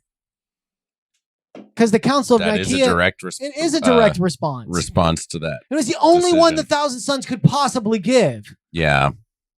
Right, because they're all about. Yeah, you let a legion be founded at its core by psyker power, and then you eventually say, like, no, psychers are outlawed. Like, of course they're going to rebel. Yeah. Boy, and he sure did hand Typhon the keys to the palace, didn't he? Sure as fuck did. That's another very direct. Well, we'll get there, won't we? Yeah. So the Council of Nicaea happens, and he fucks over Magnus. Huh? With the navigators? Yes. Yeah. Yep. So the Council of Nicaea happens. He fucks over Magnus the Red for, I don't know, for some fucking reason. Yeah. And the Crusades carry on when, the Horus Heresy starts to creep in. Erebus and Corphaeron are the first to fall. They probably never actually saying that they fell is probably not accurate. They were probably believers from the get. Yeah. They were probably always serving chaos. Okay. From the way they kind of talk. They kind of implied. Do you think it's kind of like they always had is it like a preordained sort of thing, or were they just always kind of believers in it once they? So the core religion on the world that Logar landed on was Chaos Undivided. They just didn't call it that. Okay. And everybody on that planet followed this religion, and then Logar led a rebellion. And Corphaeron and Erebus were two believers of that old faith, and especially Corphaeron. And then they just never dropped it, even though they were supposed to have. They sided with Logar because they wanted power. Yeah. And to survive, probably. Yeah. Yeah. Yeah. So they corrupt the word bearers, which in turn corrupt Horus. Now, Erebus specifically sought out Typhon. He had fought along Typhon a few times, and he specifically sought out Typhon to corrupt. Okay. And so Typhon was the rat in the nest for the Death Guard. Right. Okay. So, but he wasn't always always a traitor in the same way that like Erebus could be said to, or a chaos, whatever. So I'm not so sure. I think Typhon would to say that he's a traitor is maybe not accurate, but I do believe that he would have sided with whoever would have offered him the most power. You think so? Yeah. Yeah. I think Typhon immediately saw a bigger fish and went to that. So is he always a traitor? Yes and no. Fair. He's a traitor to people, but he's consistent to himself, I guess. Gotcha. And honestly, about that climb, he's a true believer. Now especially. That is one thing that really struck me in the book is that he very much he's very pure in his belief. Yep. In the grandfather. Even more so than Mortarion. Oh yeah, absolutely. Yeah. One of the sources that I found said that he's like what Nurgle wanted Mortarion to be. I believe that. Yeah. And I actually think the Death Guard are headed for like a civil war between Typhus at this point and Mortarion. Yep. I have some neat notes about his name. I don't know if this is the appropriate time or not. Typhus or Typhon? Both. Okay. The character. Oh, sure. So if we didn't know, Typhon, it's pretty cool. I need to look more into the name references. Oh, dude, they're all over the goddamn place. Yeah, I've seen a lot of them. Yeah. Like, Where you're like, I recognize that from somewhere. like, oh, Yeah, right. So Typhon is I don't know. I don't know if it's a direct reference, but whatever. It's from Greek mythology. It's the 100-headed like dragon snake monster that Zeus casts into Tartarus at some point. Yeah, I think it's like maybe one of the father of the monsters. Yeah, I think he is the father of one. I think you're right. Yeah, pretty sure you're right. Fathers. Cool. Yeah. All right. And typhus is a disease that sounds rather nasty that is spread by lice and mites and things like that, which I thought was pretty appropriate. Oh yeah, especially with the destroyer hive. Yeah. Yeah, he gets the destroyer hive and it like lives inside him. Yeah. Yeah. He's the host. So that's for it. what made me think about that. Yeah. So that connection right there was like where I was just like, oh, I have to see what these names mean now because it's like Now all the bugs. it is important to note that Typhon did not cause Mortarion to side with Horus. Mortarion did that all on his own. They were not corrupted by the time that Isvan 3 kicked off. Right. Yeah, they did. They had not fallen to chaos. They just decided to. So they did Isvan 3, which is where all the traitor legions wiped out all of the loyalists inside of their own legions. They committed 2 massacres, Isvan 3 and then Isvan 5, which is the drop site massacre. Now, yes. They got rid of the loyalists and they were on their way to Isvan 5 when they're in the warp when the Death Guard is hit by a mysterious plague.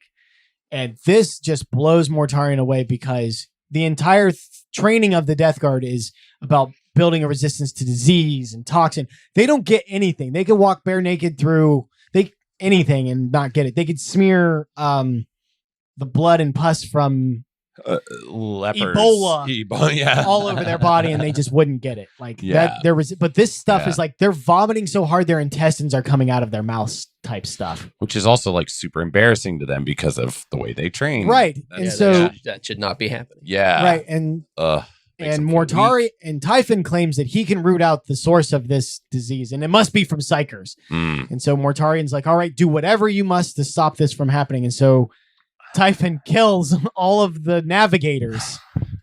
Yep. Yeah. Claiming that they were using their psyker powers to coordinate this disease from the warp. It was a conspiracy.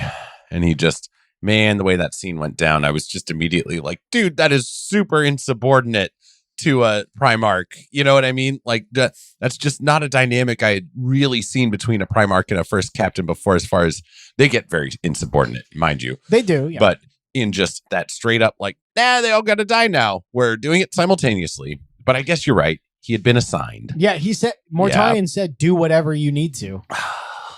Too much trust. But too much trust. So what Mortarion freaks out is he's like, we're trapped in the warp. Like, what the fuck are we going to do now? And Typhon's like, well, I'm a psyker. I will guide us through it.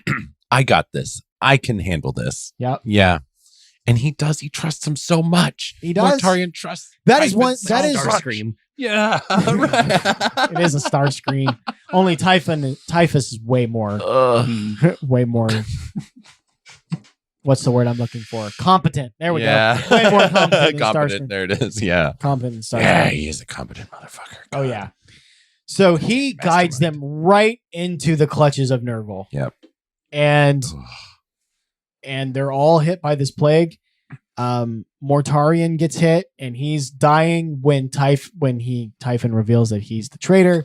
Yes. And I hated that scene. Mortarion stabs him with the fucking scythe, but it doesn't do anything because he becomes possessed by the destroyer hive. And that scene of him turning is awesome. Yeah, that was awesome. And it was another good example of Mortarion's hypocrisy because he was the one who sicked that demon on him. He made a deal with it. Like, hey, you kill this guy if that's what becomes necessary. Because he's not stupid. He was starting to, he ended up kind of coming around. He's like, okay, something's up with Typhon. I'm going to, if this needs to somebody happen, refers to him as Typhus. Oh, it was Grulgor. Yep. So Grugor is the very first Plague Marine. He was the very first Death Guard to ever be possessed by Nurgle. Yeah. And that actually happens in Flight of the Eisenstein. Yes. But Mortarion has him in a cell because he likes to converse with him. He's not sure what this thing is. Yeah. Yeah. But it refers to Typhon as Typhus. It's the first time we ever hear that name. Okay. And Mortarion's like, wait, Yeah, what did you that's call right. him? And it's like, yeah. So he's gotten suspicion, but he does sick. Is it the Lord of Flies? I believe so. Yeah. Yes. Six the Lord of Flies on Typhus, which completely and utterly backfires. Yep. That goes wrong. It's just like, it's basically like, we're bringing our two friends together now. And he doesn't, Mortarion had no idea. Nope. And yeah, I liked how the Lord of Flies was basically like, my vows to Nurgle supersede. Yeah, it's like I can lie to you. Yeah, it's like I can lie my ass off to you, you moron. Never trust a demon. I don't care how racist that sounds. Specious. I don't because it's got nothing to do with the color of their skin. If they're absolutely not. Red, purple, green, and blue. Fuck all of them. Oh, that was such a heartbreaking scene.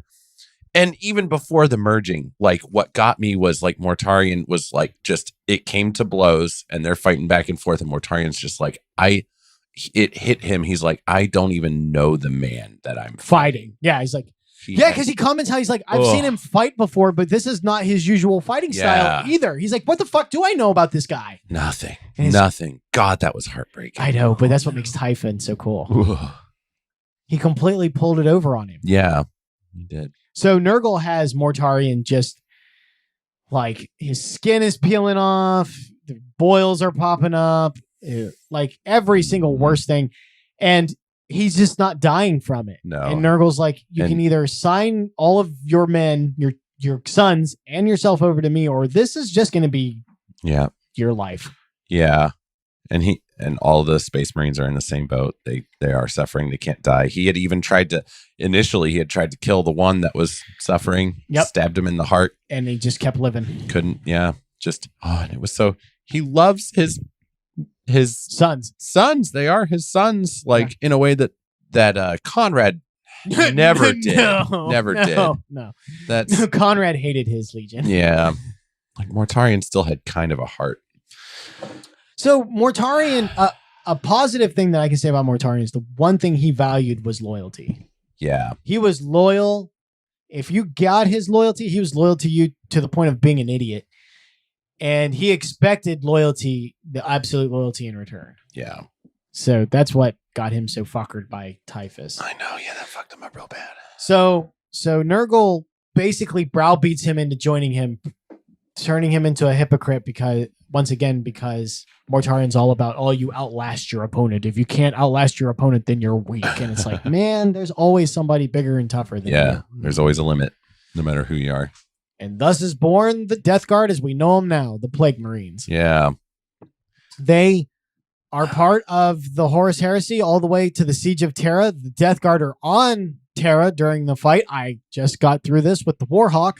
Ooh, yes. They lead the front line pretty much right up until the World Eaters get there because, World Eaters, all they are is front line. Yeah, fair enough. So they're there, and Mortarion, wisely enough, has captured a spaceport and completely surrounded it, and he's not coming out to fight at all. Instead, he's using his newfound powers to radiate waves of misery and fatigue out. Striking at the morale. Yeah. And it's like getting to the point where Rogel Dorn is starting to forget conversations that he's just had. Oh. He can't remember battle plans because he's just too tired. Oh. His men are starting to lose zeal. Like, it's actually like, and he can feel it. Like, he's like, this is a foreign thing doing this to me. I don't know what's happening. Whoa. Jagatai is like, this is Mortarion. And apparently they fought once before this, which I'm going to have to go back and find if that's what that's in because I'll have to get that and read it. But it's before they fell to Nurgle. So they had a fight one-on-one with as just regular Primarchs. Pre-Moth wings. Yep. Yeah. There's a picture of it right around in here somewhere. It's one of the ones we already have. So future Eric, you can take a sigh. We're good. Jagatai and Mortarion have this frenemy kind of relationship, right? They're such staunch enemies of each other that he's like, this is Mortarion doing it. Yeah. So I'm going to lead this mad rush out and take him. And they do. The White Scars take the port, which helps slow down the traders significantly during the Siege of Terra. Jagatai gets into a fight with now Demon Primarch Mortarion. Yep. And he gets the absolute dog shit beat out of him. Jagatai does. And spoiler alert for the Warhawk. Yeah. Because this is if there is a twist for Warhawk, this is it. And the only reason why I'm giving a spoiler is because this is the last book published in the Horus Heresy series. So it's the most recent one. Right. It is the most recent one. And Echoes of Eternity is the next one. It's coming out September. So cover your ears, Jerry. Oh, just but spoiler alert, Jagatai actually Rockies him. He allows Mortarion to just beat the dog shit out of him until Mortarion is so tired that he just can't keep up with Jagatai. So one of the things that Mortarion comments on is that Jagatai is usually a very dancey fighter, right? He's considered to be the best swordsman next to the Lion out of the Primarchs, although I think it's generally understood that Sanguinius is the overall best fighter of all of them. Right. Or the most ferocious. I'm not... The Primarch fighting scale is a little hazy to me. Yeah. Because sometimes things don't quite... What they say and what it means is not usual. They're all good at different things. They're all... Yeah. But then they'll make like... They're also even across the board. Yeah. They kind of find ways to even the odds. Yeah. So I guess Mortarion's kind of commenting about Jagatai not dancing around and not doing anything. He's like, have you lost your mind? But at the same time, the entire time they're fighting, Jagatai is dropping off these fucking like F-bomb insults on Mortarion. He's like, oh, is this all you've got? Perhaps I should have fought the real leader of the Death Guard. Do you know where Typhon is by any chance? Oh, shit. Yep. And just all these little like insults that just enrage Mortarion. You know, he's just like, you know, oh, I thought that you were all about your endurance. It looks like you're breathing a little hard. Mortarion's and just, you know, goes crazy. Chipping away at his pride. Yeah. Oh, egging him on in the worst way. And then finally, like Mortarion's like can't hardly lift his arms anymore. And Jagatai's like, now I dance. And just like takes just death by 1,000 cuts in. Listen, I hate this for Mortarion. He gets out enduranced by another that's his thing. Mark. That is his thing. Who isn't even demon possessed. I hate that. What an insult. What an insult. And I don't know why. I didn't care about Mortarion before researching this episode. It's so funny. What happened? Do I relate to him too much? Am I a hypocrite? What's going on? No, this poor guy. It's good. It's good. I told you the Primarchs are awesome. That's why I love them so much. I think the best writing that I've come across in 40K is with the Primarchs. They are very rich. They are very rich characters.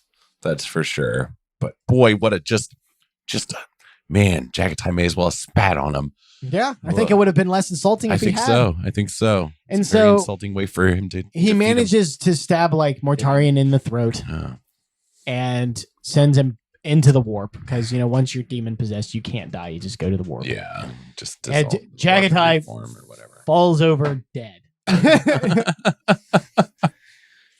Does he die from exhaustion? Well, I mean, like his face is broken. He's been impaled like 2 or 3 times. Like it's just he's bleeding from like 1,000 wounds that are each one of them should have killed him. Yeah, but so I guess it took. But they load him up. They load Jagatai up, and they're bringing him to basically bury him, even though Terra's still under war. And this woman who is with them, that they refer to as like a priestess, sort of. She puts her hand on Jagatai's head, you know, just trying to say goodbye to him, because Jagatai would actually come in and sit with her and just have chats. No.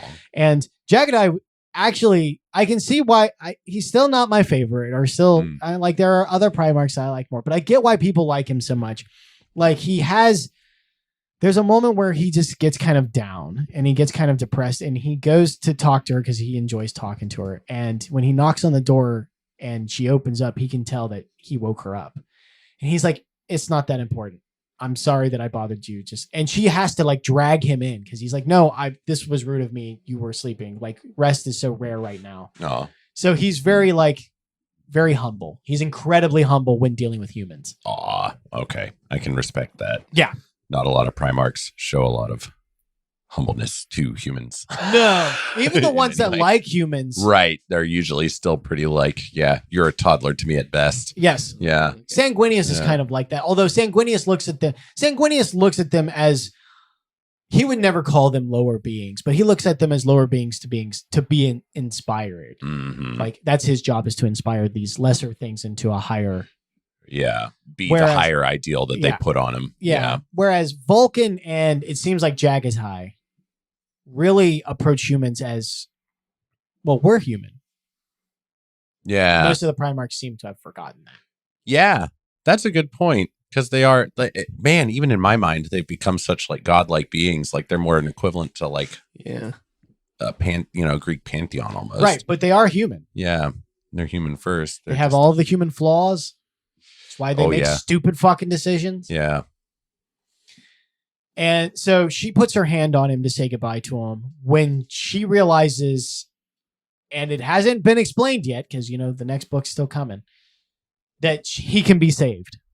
And so they're now on a mad dash through the war to Malkador. And they get to him, and Malkador is like, what the? Like, he's like, thank you for bringing him to me. Like, you're Yeah. can't believe you actually managed to do this. And the way they describe all the machinery that Jagatai's hooked up to is that to get to him, Malkador has to climb over the machinery and then disappears into it. He has to like use power to like. No, like he physically climbs over one of the machines, and there's so many machines around him that like he disappears. He goes out of sight. Yeah, like I see. you can lose a whole human being in them because there's so many machines around the bed. Wow. Just like that's some intense life support going on there. Yeah. Yeah. She can't see Jagatai from where she's standing right next to it. Wow. So that's the cost of trying to out endure the endurance guy, at least. It is, So yeah. that takes a little bit of the sting off. No. Yeah. Yeah, it wasn't like That he was did a it. price to pay. Yeah. So Mortarion was banished back to the warp, and then he very recently came back. He's now back out into the world with the Dark Imperium, which I know I said that I was going to finish that, but honestly, the Ultramarines suck dick. Calgar is such a whiny bastard. Such a whiny bastard. For being such a hero, he's such a whiny bastard. Is that the Plague Wars? Yeah. Is that what he's come back for? Yes. And we do know that ended. That's over with. That ended with Rabute, because, Rabute is back. He's the only loyalist Primarch from the Ultramarines. He's back in the current timeline. So he's fighting Mortarion, and he ends up getting possessed by the Emperor, who then goes into the Garden of Nurgle and like burns half of it down. Oh. This is a big deal. I remember Yeah. that. Yeah.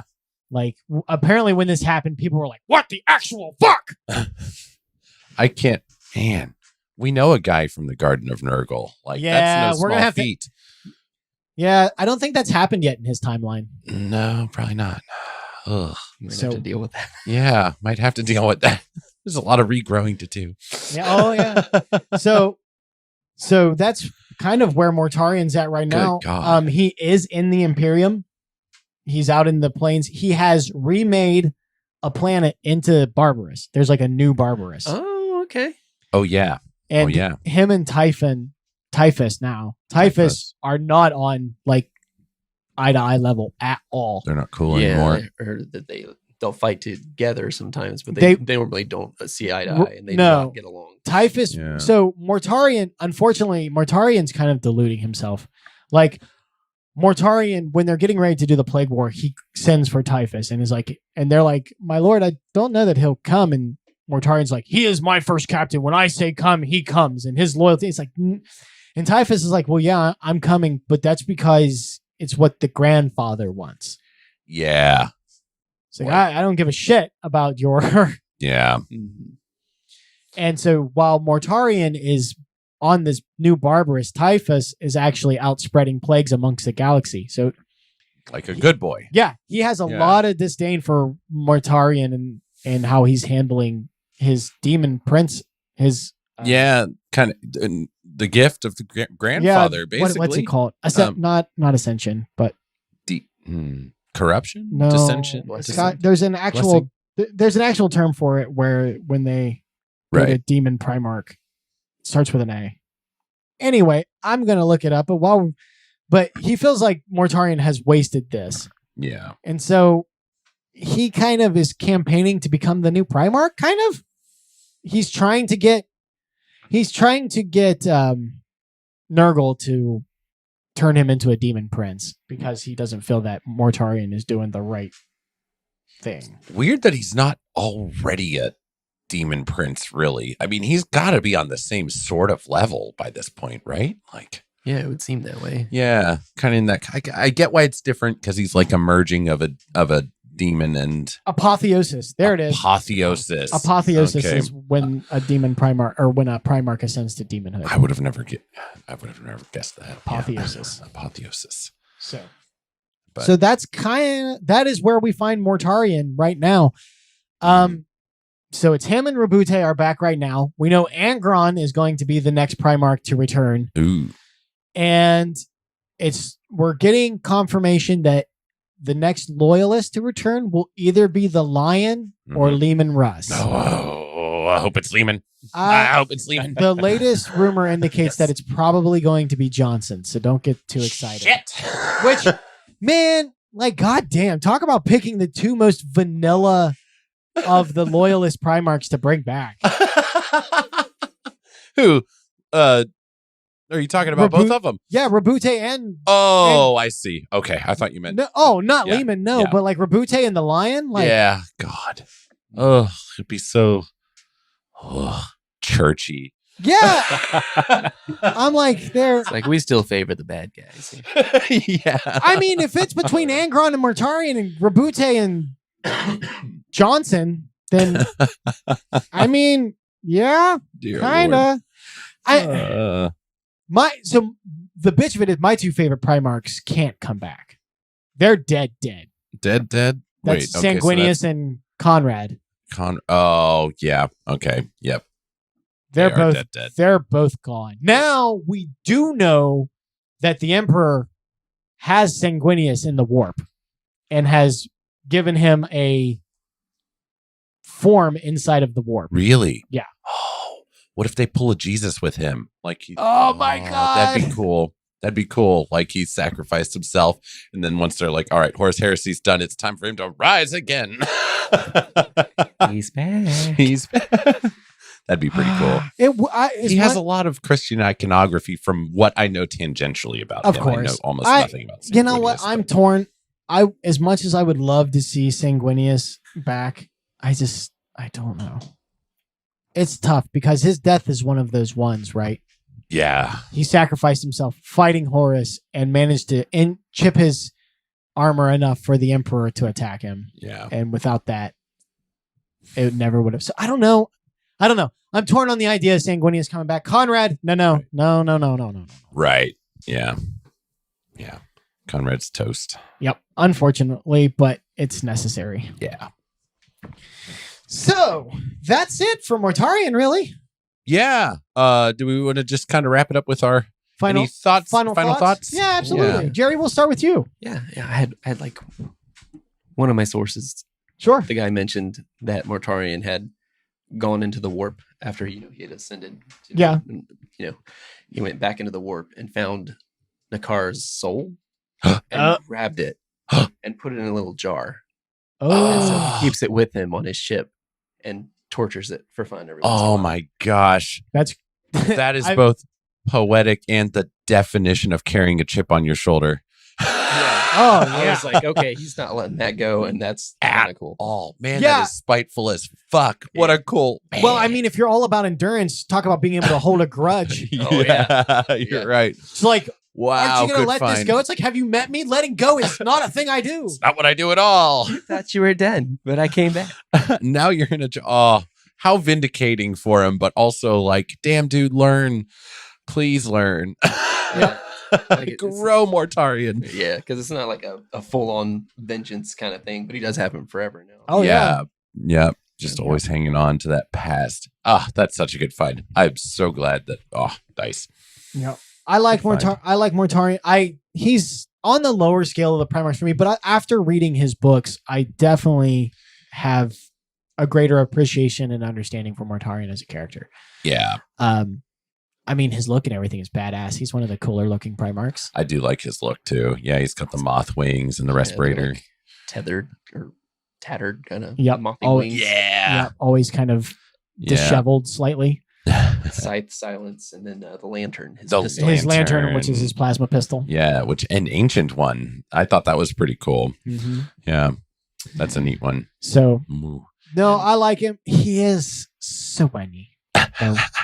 So whiny. I know. Mortarion. Isn't he like huge too? Like he was tall to begin with, and then when he all of the demon Primarchs are demon Primarchs are ridiculously big. Okay, yeah. they're ginormous. Okay, Ginormous monsters. They're about the. So it's kind of funny though. They're actually probably about the size of Vulcan. okay. Yeah, and he was the big boy. Vulcan is the biggest of the Primarchs by a considerable amount. Yeah, like he makes the Primarchs kind of look like Astartes. Yeah, compared to Primarchs. He's like, he's big. He's taller than the Emperor. Like he's taller than everybody. I thought that was pretty crazy. Isn't Mortarion's scythe possessed by a demon? Isn't there like a sensor on top that a demon like went into and that's why it's like something that made it more corruptive and so stuff like that I don't know. Okay, I think I would not doubt it. Yeah, that would not surprise me. So there Again, we go. I didn't get through the Plague War. Right, I'm working on it. We're working on it. Let us know in the comments, though. That'd be a neat thing to know for sure. And any other cool facts too, like what Jerry just dropped on us about, like the soul foster father. Yeah, like whatever soul. Nakar. Yeah. So Eric, what are your? I wanted to leave you for last because you've been having this kind of weird thing with Mortarion. I know. I have I need to do some like self-examining. I guess I don't know. See, it's but that's what's so great about the Primarchs. That's what hooked me with Conrad Kurz is because he has this kind. Yeah, you found something in him that you connected with, huh? Yeah, that dichotomy of having this evil thing inside of you, and yeah. So they just there's such a variety in them that you'll find one that just hits you just kind of special like. I may have just now put my finger on it. Sure. He has a problem with authority, and I may also. I think it's safe to say that some versions of authority I tend to have to be a bit of a bitch about myself. That's fair. Yeah. So that might be what started me sympathizing with him without really knowing it. Yeah. But like it was the humanizing moments in there that were like his trust in Typhon.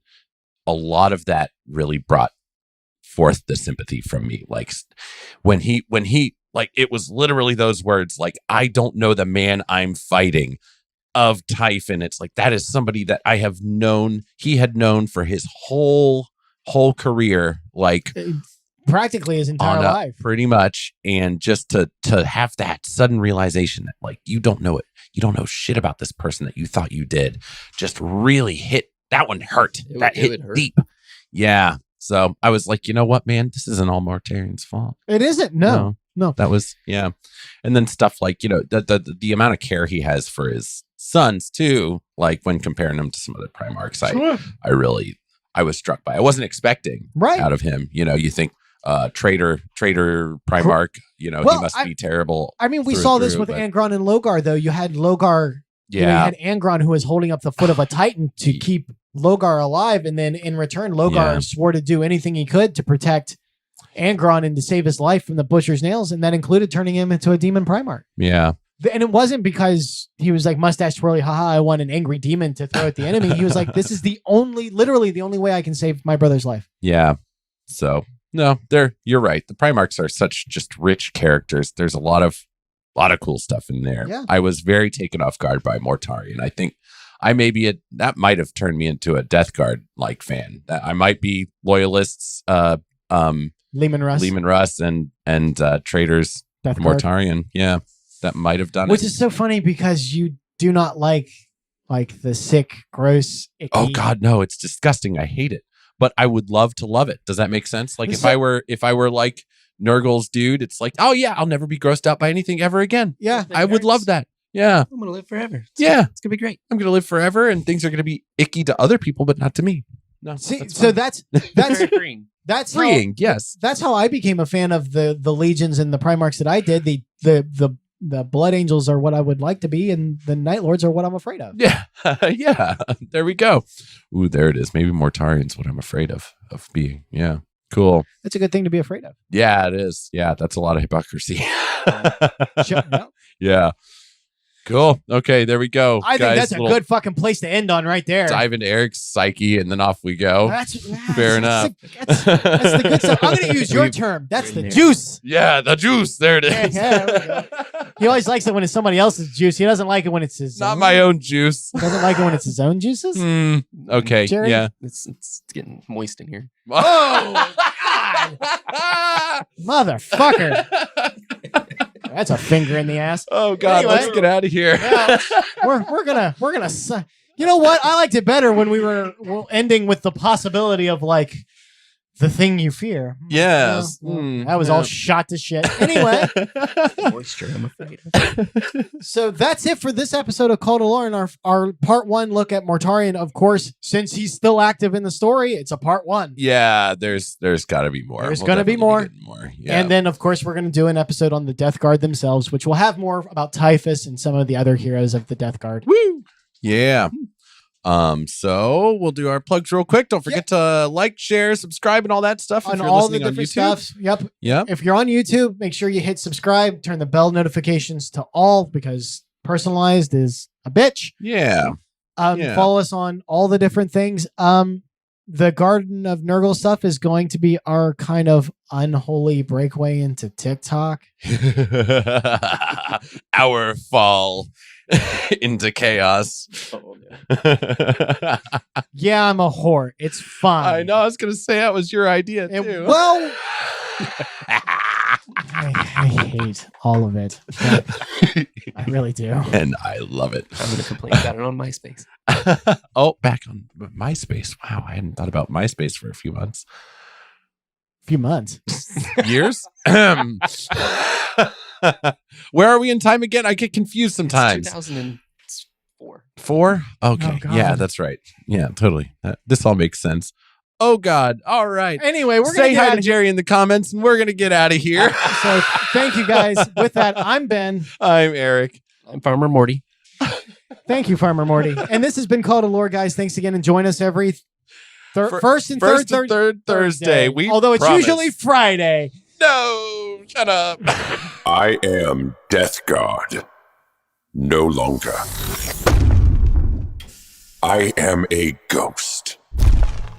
I am a legion of one. I am a knight errant. I am of purpose.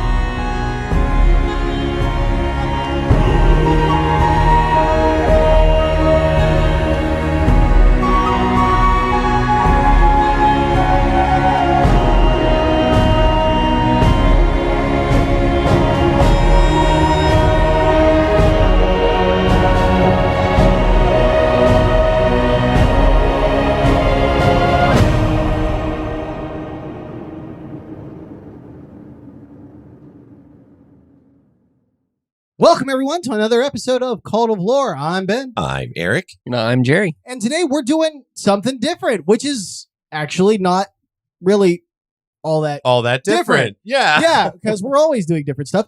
This is it's still 40K, guys, so Yep. no sweat in there. But it is our first ever character study of just like, yeah, we do them with Primarchs, but Primarchs are story devices on top Yeah. of characters. They're kind of on the level of like when you're talking about gods. You know Yeah, what I mean? they They've got are- a lot of lore wrapped up into the things happening around them too. Right. They're not what I call them heroes. Heroes they're not required reading to have the overarching story. Right. Primarchs, you need to know who they are. You need to know what they do. They're such movers in the world, you know. Yeah, They're almost so- forces of nature in there. So Yeah. this is going to be our first episode studying just a single individual Astartes. And I couldn't be more tickled pink because the Astartes we chose for this time is Nathaniel Garro, who is absolutely one of my, actually probably my favorite single character in 40K thus at time of recording, of course. Yeah, straight arrow Garro. Straight arrow Garro. So I have done Flight of the Eisenstein, of course. I did Garro Weapon of Fate and Garro Legion of One. It's the teleplay, the audio play of the part where he goes after Garviel Loken as Cerberus. And then, of course, Garro Knight of Grey, which is his final book, barring something really fucking cool that it hints at, and we'll get there. Yeah, and honestly, we should probably say that spoilers for all of those books that he just mentioned. All of them. For this episode. Spoilers for everything. Just so you... Big old honking fat spoilers. I mean, we tend to do spoilers anyway, I guess, but like these are very specific storylines. Yeah, so this is unique in 40K because this is one of the few stories that you can cover in 40K that is a completely closed loop. And even then, kind of not. So, we think. No, they say it. I don't care. I don't care who tries out. No, they didn't tackle. I'm like, yeah, they fucking did. Okay. Anyway, Garro, I was exposed to Garro fairly early on because Flight of the Eisenstein was one of the first books that I read. Oh, really? Yeah. Okay. And it was it was the first one that I came to you. I'm like, listen, you're gonna have to read this book at some point. Yeah. Yep. That's right. Man, no wonder you fell just like head over heels for Warhammer. That was such a good book. It was a good introduction. Yeah, and to credit Luton, we mentioned him several times. He's a big YouTuber when it comes to 40K. He was one that's in one of his videos, he's like, if you're looking to start like Flight of the Eisenstein is one of those ones that you need to check out. And I was like, all right, cool. It's a gateway book. It is. It also helps. The first one's free. Yeah. Oh, it wasn't. No. It wasn't expensive either. Hey, Audible. Just saying Audible. Yeah, just It'd saying. Be cool. I have listened to 37 of your titles thus far. And I'm working on like 37. And I'm working counting. on 38, 39, and 40. Anyway. Natural allies. Yes. But The team up. it also helps that I really like the Death Guard. The Death Guard are one of my favorite Traitor Legions, right behind the Night Lords. So this was like a double win for me. Yeah. And then you cradle the balls while you're there by making the main character's whole thing about like the issue of faith and what that means to a person. And so this was like a perfect storm for me to be like, yes, please give me more.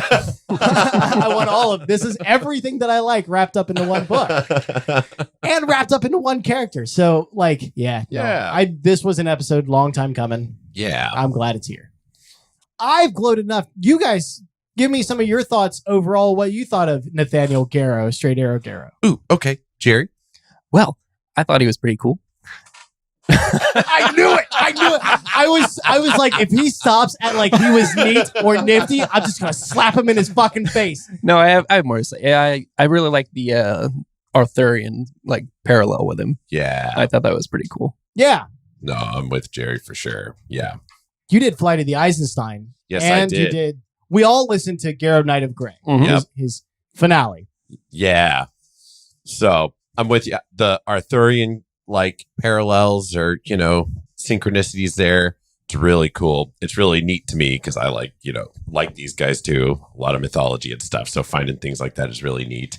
And he's a paragon. I'm so happy that Warhammer has a fucking paragon. I know. We have just been dredging ourselves through the He muck. sticks to his guns. He It's good. does.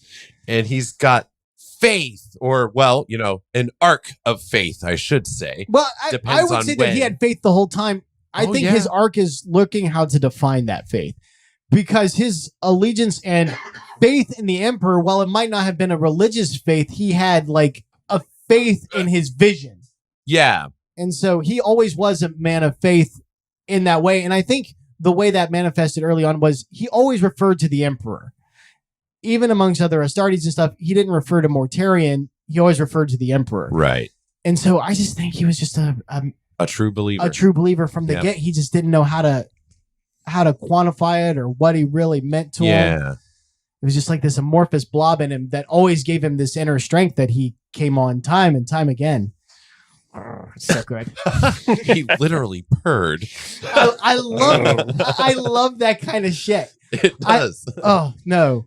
So like just I very seldom get into my own background, but I grew up in a very heavily religious family. And then, I went through a period of time where you rebel against that. And then I tried to look at it through a more like adult eyes, not necessarily atheists. Atheists are dry, boring people, but but through a more adult lens. And so this story of a guy who had faith, and then because he also had faith in his brothers and in his Primarch, and then that was completely shattered when he realized that it wasn't. He lost that kind of child naivete about it and saw that even his Primarch is just kind of petty and pathetic and and just like the rest of us.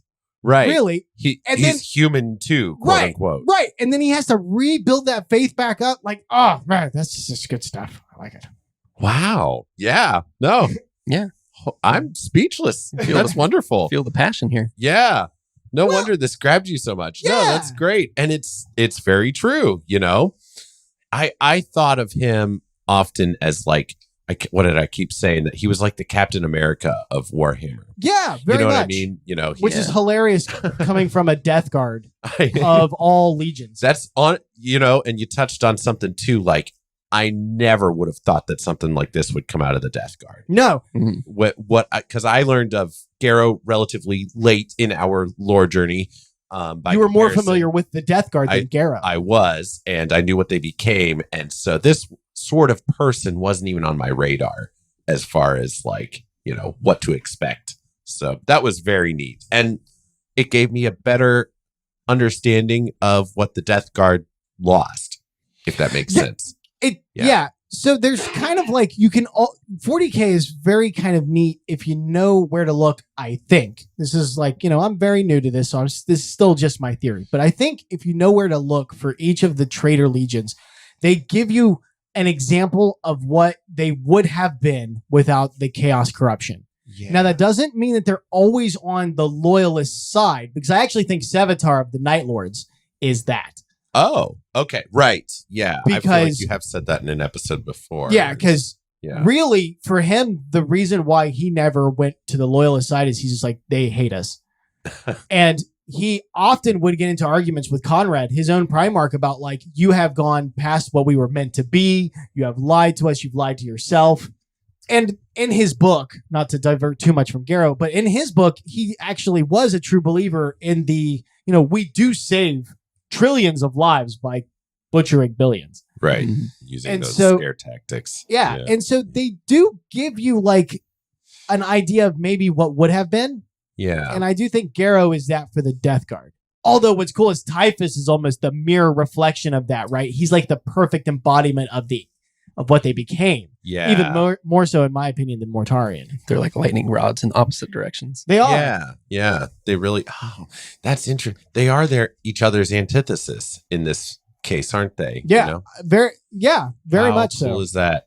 Oh, and that kind of contextualizes the face-off between him and Mortarion, because it is kind of like they're both fighting for the spirit of the Death Guard, through this story. Well, yeah. Well, so I mean, sort of Dusk Raiders. Yeah, the spirit of the Dusk Raiders. Yeah, because Garro, by the end of it, he was basically like the last Dusk Raider. Yeah. Anyway, let's get into who the hell is Garro. Yeah, we should do that. So Battle Captain Nathaniel Garro is a battle captain. That was his rank of the Death Guard. Now, what is a battle captain? A battle captain was a rank that was given to early Astartes primarily through the Unification Wars. Once the Primarchs kind of came in and they came on past that, the rank of battle captain kind of fell out and was deemed to be an old title. You got it by performing some great task or honoring yourself and your legion in front of the Emperor. Oh, wow. So whatever I couldn't find, but whatever it was, the Emperor had to have seen it. Okay. Yeah, he had a lot of feats. He had battled with the Luna Wolves, Emperor's Children, yes, the Sisters of Silence. Oh. Yeah. Oh, no. He's been everywhere and fought everything. And him getting the rank of battle captain also is why he got to wear the Imperial Imperator, which is that giant golden eagle that's on his chest and above his head. There was no other Astartes that was allowed. The closest, when you start getting into iconography of like that, you see that there is an eagle on the shoulder pauldron of Rogel Dorn. Oh, wow. So to wear an eagle on you is like that level of something. So you know what? If they ever, and I bet they've intentionally left that quiet. So if they're ever like, hey, we need a sales bump and, Nathaniel is, well, what can we do with them? Bring them back out. Let's do this story. And you know what? I'm here for it. Anyway. Give it to us. I don't care. All in its good time as far as I'm concerned. Yeah. So he was obviously a member of the Dusk Raiders. He was there long before Mortarion showed up. And what this did was give Nathaniel a sense of loyalty, as I said, to the Emperor, not Mortarion. Right. It was very deeply. I believe myself that between how you earned the rank of battle captain, the fact that he was allowed to wear the Imperator, and that he was so loyal to the Emperor, I think whatever it was that caused him to earn all that, the Emperor not only saw it, but spoke to him. Ooh. And must have said something about being of, purpose or something like that. Something along those lines. Something along those lines, maybe. Yeah. Mm-hmm. That implanted that seed of faith in him. And the Emperor is like foresighty enough to pull off that kind of stuff. So Yeah. I would, if it's out there and I've missed it, damn. But if it's not out there, I want it. Anyway, so he shows up. And Mortarion comes in and changes the Dusk Raiders to the Death Guard. We've done the Death Guard. We did Mortarion. Yep. All funneling to this so that we don't have to cover all of that in depth. Right. I can link those in the description. Yeah. If you want some more background or context to these stories. Correct. As we talk, yeah. Good old Farmer Morty. Good old Farmer Morty. And so, the Death Guard, of course, fell to Nurgle, but before that, they sided with Horus, which led to the Drop Site Massacre. Garro was present at Isfahan 3, where they did the house cleaning of the Loyalists. House cleaning. Such a cruel way of putting it. I mean, that's what it was. They were cleaning house. They were. They were the purge. Yeah, they were purging anybody that was going to give them any resistance. Yep. And in the Flight of the Eisenstein, you get this really cool moment between Nathaniel and Morty, where there's a tradition in the Death Guard to drink cups of very viral poison. Yeah. Just and toxic, horrible poison. And it can actually kill legionaries. And if you're to die of it, they're like, guess you weren't strong enough. Wow. But anyway, Mortarion engages in this ceremony to honor Garro. This is considered to be an honor. And it's funny because every time Morty does it, Typhon, or Typhus, as he becomes known, does it with him. So it's like, Typhon's just like, nah, fuck it, it'll kill. It's like, I am strong enough. Yeah. But Mortarion uses this ceremony to try to prod Garro into joining, figure out where his loyalties lie. And every single time, Garro shuts him down like a Catholic girl in sex night. He's just like, nope, Emperor, bam, nope, Emperor, bam, nope, promised my virginity to the Emperor, bam. Shutting him down the entire time. It actually is funny because there's a reoccurring theme that anytime Mortarion talks to Garro, Typhon is in the background just screaming his fucking head off. Because Typhon has explicitly told Mortarion so many times. He's like, you will not be able to change Garro's mind. He's like, why are we even bothering with this? Just kill him now. Yep. He is very insistent. Typhon sees from the start. He's like, there's no fucking way. So There's Mortarion keeps prodding him and Garro keeps turning him down and Typhon keeps getting more pissed off in the background. This is something that happens time and time again. There's a moment where he literally gets, later in the story, where Typhon literally gets hopping mad at Mortarion. Just kill him. Just kill him! And he's in the background just raging out, just like screaming at the top of his head, which is hilarious to think about. And, of course, Garro sides with the Loyalists and manages to flee with the help of Saul Tarvitz, the real Emperor's children, who he's another one I will look into because he has a very small part in Flight of the Eisenstein. Right. He only appears for a brief moment. But fuck, he makes an impact, man. It's a turning point for Garro that he's there for. Yeah. Honestly, because that was a leap of fucking faith. It was. Yeah. Do they know what we're talking about? No. So Saul Okay. Tarvitz is an Emperor's children, and they basically are battle brothers. They fought together and they carved a little eagle. Yes. Yeah. Into their armor. And so every time they would take risks, the eagles would line up to one another. Oh, I like that. Yeah. That's cute. Nice. And so Saul is like basically the first one to figure out what's going on. He finds out that Horus is loading up viral bombs and is going to bombard the planet. And so Saul just jumps on a ship, breaks through the blockade of the planet, and just starts careening to the planet to warn his brothers. And the Eisenstein captain, run by Garro, is ordered to shoot him out of the sky. And he basically calls Garro. And Eric, you were quite taken with this scene, weren't you? Oh, yeah. I loved this moment because he was just like, literally, there is no time to explain. This is all fucked. Yeah, he's literally like, we've been betrayed. We're all going to die. Trust me. And like shuts off the radio. Yeah. And that's it. And while he's so desperately trying to get this across, he also knows nobody's going to fucking buy it. Nobody is. No, but I mean, the guy that does the narration, I bet it's Toby Longsworth. Oh, I'm ashamed. It's my man, Jonathan Keeble. Yep. Okay. That's okay. You know why I said Toby Longsworth? Because that's who I was listening to today. There we go. Yeah. But no, it's Jonathan Keeble who also did Deceiver. He did the Angron voice. He's good. He's probably my favorite to listen to because, man, when he goes ham into something, he goes ham. Yeah, he really puts his heart into these like performances. And so when Saul is just screaming into the radio, he just sounds like he's losing. Because, the Emperor's children have like the long white silver hair. And so you just picture him like holding this radio and his hair's just got to be wild as shit. And he's just screaming his fucking head off into this radio. Just like, they're going to wipe him out. They're going to kill them all. They're going to kill them all. Yeah. He's just like, he'd be like panicking and trying to do things at the same time. Yeah. Like, it's the first time you ever hear an Astartes like panic. Like lose their cool a little bit. Yeah. Not a little bit. Like Love full it. on. Straight up did lose his cool. You're right. And Garro makes this decision purely on faith because there's other ships kind of closing in on him too. And he shoots one of the other ships going after it, and uses the explosion to cover Saul's descent. Yeah, so they, for that short window, they think that he's been destroyed, and that gives them time to get down to the planet.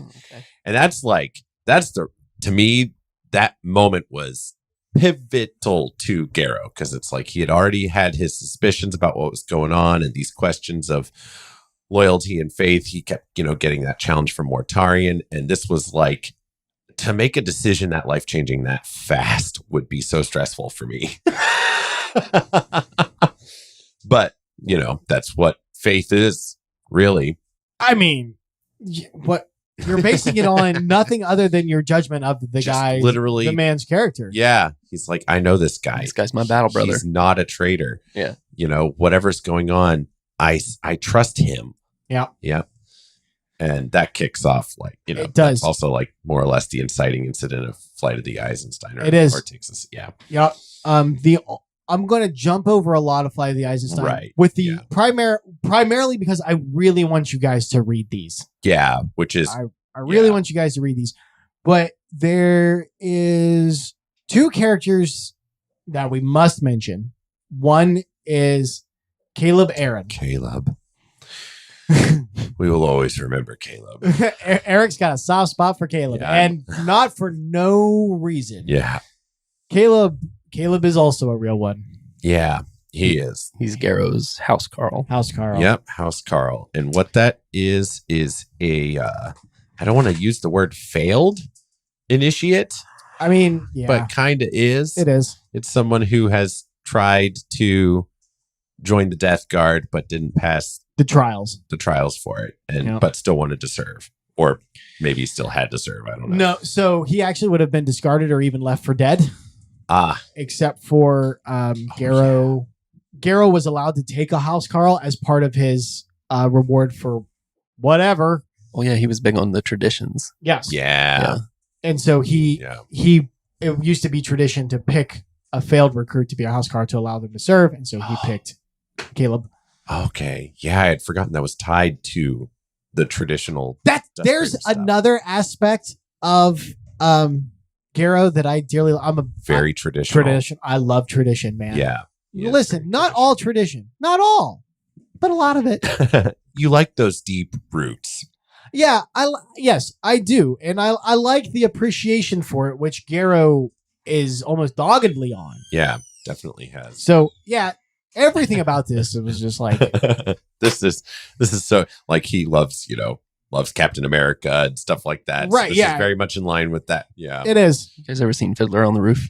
Yes. Oh, I was in that show a couple of times. Tradition. Yes, that's so good. Careful, I was in that musical. I'm liable to break out into song, and that would be terrible. I don't want you to. Oh no. I was busy getting laid. So anyway, that's not true. If you would have, that's not true. That's a lie. My encyclopedic knowledge of Star Wars would speak to otherwise. Let's not kid ourselves. I was busy getting laid. Laid. Oh my God. I love it. Been shut down. You did. He's trying not to go cross-eyed at the moment with just. That was a sucker punch. He didn't see that one coming. Ooh, listen, she's dead now. You be nice. Oh, Carrie. You had to go out on Poppins. God damn it. It wasn't her fault. It wasn't. Anyway. Wow. Yeah. So Caleb served Garro, and he took unlimited amounts of shit from all the other Death Guard legionnaires. Oh, they were so condescending to him. And some of them were downright cruel. Yeah. Like, because obviously the Death Guard, they value resilience and strength, and this guy had failed, and so the fact that he was even allowed to serve was a mockery to them. Yeah. Caleb also happened to be one of the very early believers of the Imperial faith. He worshipped the Emperor, and he claimed that the Emperor gave him a vision that Garro was to serve some higher purpose. Yep. That Garro was of purpose. And while I think that right there, that saying, and there's a reason why I picked that to be the last part of our quote. Like I pulled from all the different Garro quotes because I think that perfectly sums up Garro as a character. Yeah, it really does. It seems to be what his theme is. Yeah, there is. So nobody likes plot armor, right? Yeah. Plot armor is a cheap way to get characters out of situations that you've backed them into. However, there is such thing as doing plot armor to the point where it's divine intervention. Yeah. Where it's like this character is meant to be at this specific spot at the specific reason for the specific reason, and that's the end of it. And Garro very much kind of teeter-totters that edge. To a lot of it. I would say definitely kind of full on, really. Yeah. Yeah. I think a lot of, and that's a valid thing to have in your story, divine intervention, especially when you do have that kind of like question wrapped up in it. Like, is it even divine intervention? Right. Like, that to me is when it's supreme. You can't see what I'm doing with my fingers. He's Italian. Thing. Yeah, I talk with my hands, and you guys are missing out on all of that. No, trust me. He's Italian. He's motioning with his hands. Yeah, that one. Yeah, you know. You know. Yeah, you know exactly what it is. But because God, this could be this could be a Crusader story, really. Yeah. You could very easily put this during the Crusades and the March to Israel, the Holy Lands, and all that. Yeah. You could very easily do like the search for the Holy Grail. Yep. And I see even what was it with Martin Luther and the Protestant Reform? I don't know if I'm stretching or wrong, but I'm seeing elements of that, the kind of Catholics versus Protestants sort of thing going on. Yeah. boy, I might be stretching. And I don't know if we want to go there. Oh, I am not prepared for that one. It would be purely speculative. But I will say this, actually. Let's hypothetically equate Primarchs to saints as far in the view of the Catholics. Well, sure. Yeah. I mean, from Garro's point of view, if Absolutely. Yeah. Right. So the saints are who you would, when you pray to a saint, according to the Catholics, you're asking them to intercede for you for God, who in this case might be the emperor. Whereas the Protestants, so almost like a female saint that has to reach out towards the god to imbue you with let's say powers beyond your normal capabilities, something like that. oh yeah, something like that. Yes. But then the Protestants, they didn't like that. They were like, nah, you just pray right to God or to Jesus or, whatever. And I'm oversimplifying a lot and speculating. They cut out a lot of the red tape. Yeah. So I almost kind of see that where it's like Garro's like, yeah, but maybe not. If you have to go through the Primarch and the Primarch is wrong, maybe you should just go right to the source. Yeah. I mean, and he definitely had that in Flight of the Eisenstein. Yeah. So Big time. Caleb discovers that a lot of the Death Guard that are on the Eisenstein are there to stop Garro. Primarily one dickhead that shows up several times. Oh, yeah. Grolgor. Grolgor is his name, and yes, he's as dumb as he sounds. But he's a good. He gives way to a much better villain known as the Lord of Flies, which is a demon that is kind of a nemesis that Garro repeatedly fights. Yeah. Fucking Caleb. What a Chad. Yeah. Like, he discovers that they're going to set off life eater viruses in the ship to take out like Garro and his crew. And so he sections off the whole thing in front of Garro and detonates them with him inside. Yep. And I'm shortening it all way down. Big time, because this is his big moment. Read it. And it is, oh my God. And God, like, love that man. He's looking through the door at Garro, and Garro's just like, why? And he just like word vomits basically everything. He's like, the Emperor told me you are of purpose. You are going to serve like a great, glorious, blah, blah, blah, blah. And Garro's just like, what the fuck? Yeah. And he is saying this while like suffering one of the Dissolving. worst deaths that you can in Warhammer, which Which is is saying a something. distinguished fucking list to be on. Yeah. The Life Eater virus. Yeah. So it is kind of just turning you into a bubbling mass of. And so he's like trying to hammer home how important this message is. Yeah. And like, obviously that leaves an impression on Garro. And he's also like, I thought that was cool too, because it was like he was withstanding something that the other Death Guard that were trapped in the room could not. That's right. The traitor Yeah. Death Guard that he trapped in there with him died before he did. So Yeah. fuck you. And screaming. And screaming while, Oh, I mean, he was screaming too, but he was screaming something important. Yeah. No, it was great. Great moment. Good book. Goddamn good book. His faith was kind of keeping him together. Yeah. You could- That is definitely. you could say that the Emperor was giving him strength to deliver that message. Yeah. If that's how you interpreted it, there are other things that happen later on in Garro's story that you could say May or may not. set Yeah. precedent for that. Yeah. So who knows? So that's why it's so good, though. Yeah. Well, we have to have faith in this idea. You know what I mean? That's how well written this is. God. Well, anyway. Yeah. So moment of silence for Caleb. Yeah, no, that was rough. But like, man, if you have to have a character that you love go out, that's a good one. It's a good way to go. That's a good one. And he was, I have mixed feelings about like the Imperial cult though, because it leads to I don't like where that ended up growing into, but like it's nice to see the heart of it is actually earnest. Yeah. Good intentions. Yeah. In Garro, just like with the Dusk Raiders, you get to see what the pure version of that Imperial faith is. Yeah. Well, it's very sad. The other character that we need to mention from Flight of the Eisenstein is a woman by the name of Euphrates Keeler. She's kind of important, I guess. She's a little bit of a big deal. Bit. Yeah. Euphrates Keeler was a remembrancer on the Horus's flagship. Horus's flagship. Vengeful Spirit. Boom. That was it. Nice. Did it. Even without future air. Death. But I keep having to stop to do other things.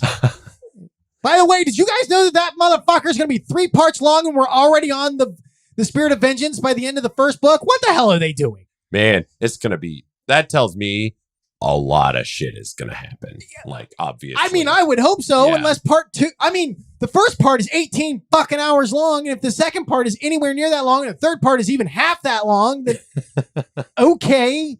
But anyway, she was a remembrancer on the Spirit of Vengeance, and I haven't gotten to, I'm sure she shows up, maybe not, but I'm sure she probably shows up in Horus Rising, which is the first book in the Horus Heresy, which I'm saving. I know I haven't gotten to it yet. But she is a saint.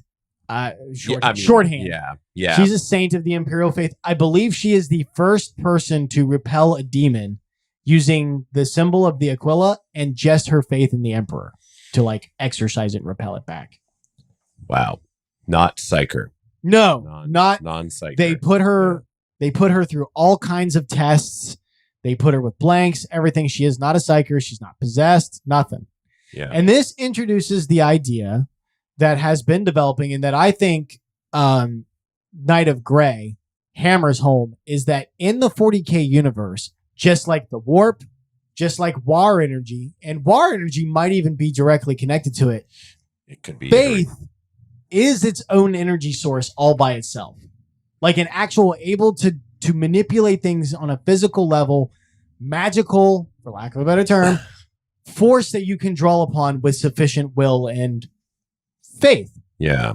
And it's not documented like Psyker is. Right. Right. It sounds like they're able to kind of detect Psyker stuff. And so these things that happen by faith, they tested this saint. Right. Well, so they've spent their entire existence stamping out the things that cause that. So fate, religion is what they're trying to stamp out, right? Religion could lead you to draw power from one of two sources, assuming this is true. Right. The warp, if you're worshiping something that is like a chaos god or something that the chaos god draws power from. Yeah. Or consequently, if your religion is based on something that is not a warp entity, then faith itself becomes a driving power that you can use at whim. And so if they're stamping out religion, you're stamping out the warp-based power, but also you're losing the faith-based until element. something or this case, someone steps in to fill that kind of hole. Yeah. But then why? Well, okay. I was about to ask, why would the Emperor then want to suppress that? But it is because of that risk of falling into chaos. Yeah, I would assume. Yeah.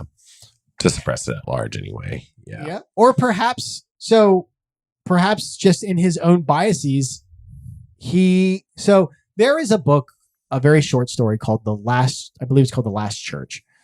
And it's the Emperor. He goes to the last remaining religious temple on Earth. And he does it in disguise. And you can find there's a really cool narrated version on YouTube. I'll find it and we'll link it. It's a motion comic. It's really good. And he sits down in disguise and has a long conversation with the last priest there. And it becomes very clear through this conversation that the Emperor is biased against religion on a fundamental level and is completely unwilling to entertain any notion that somebody else might know something that he doesn't. What you have to remember is that the Emperor is human. Just like the Primarchs, he makes mistakes. Right. So he thinks he has absolute knowledge. Right. But he might not. Correct. Yeah. So he might not even be aware that this is possible, or might not have been aware that was possible at the time. Right. I would be willing to entertain that for sure. I do not subscribe to the notion that the Emperor is all-knowing. I do not subscribe to that. Also, I'm trying to picture him disguising himself and going into a church. Oh my gosh. Isn't he kind of large? Well, I mean, he can is. change.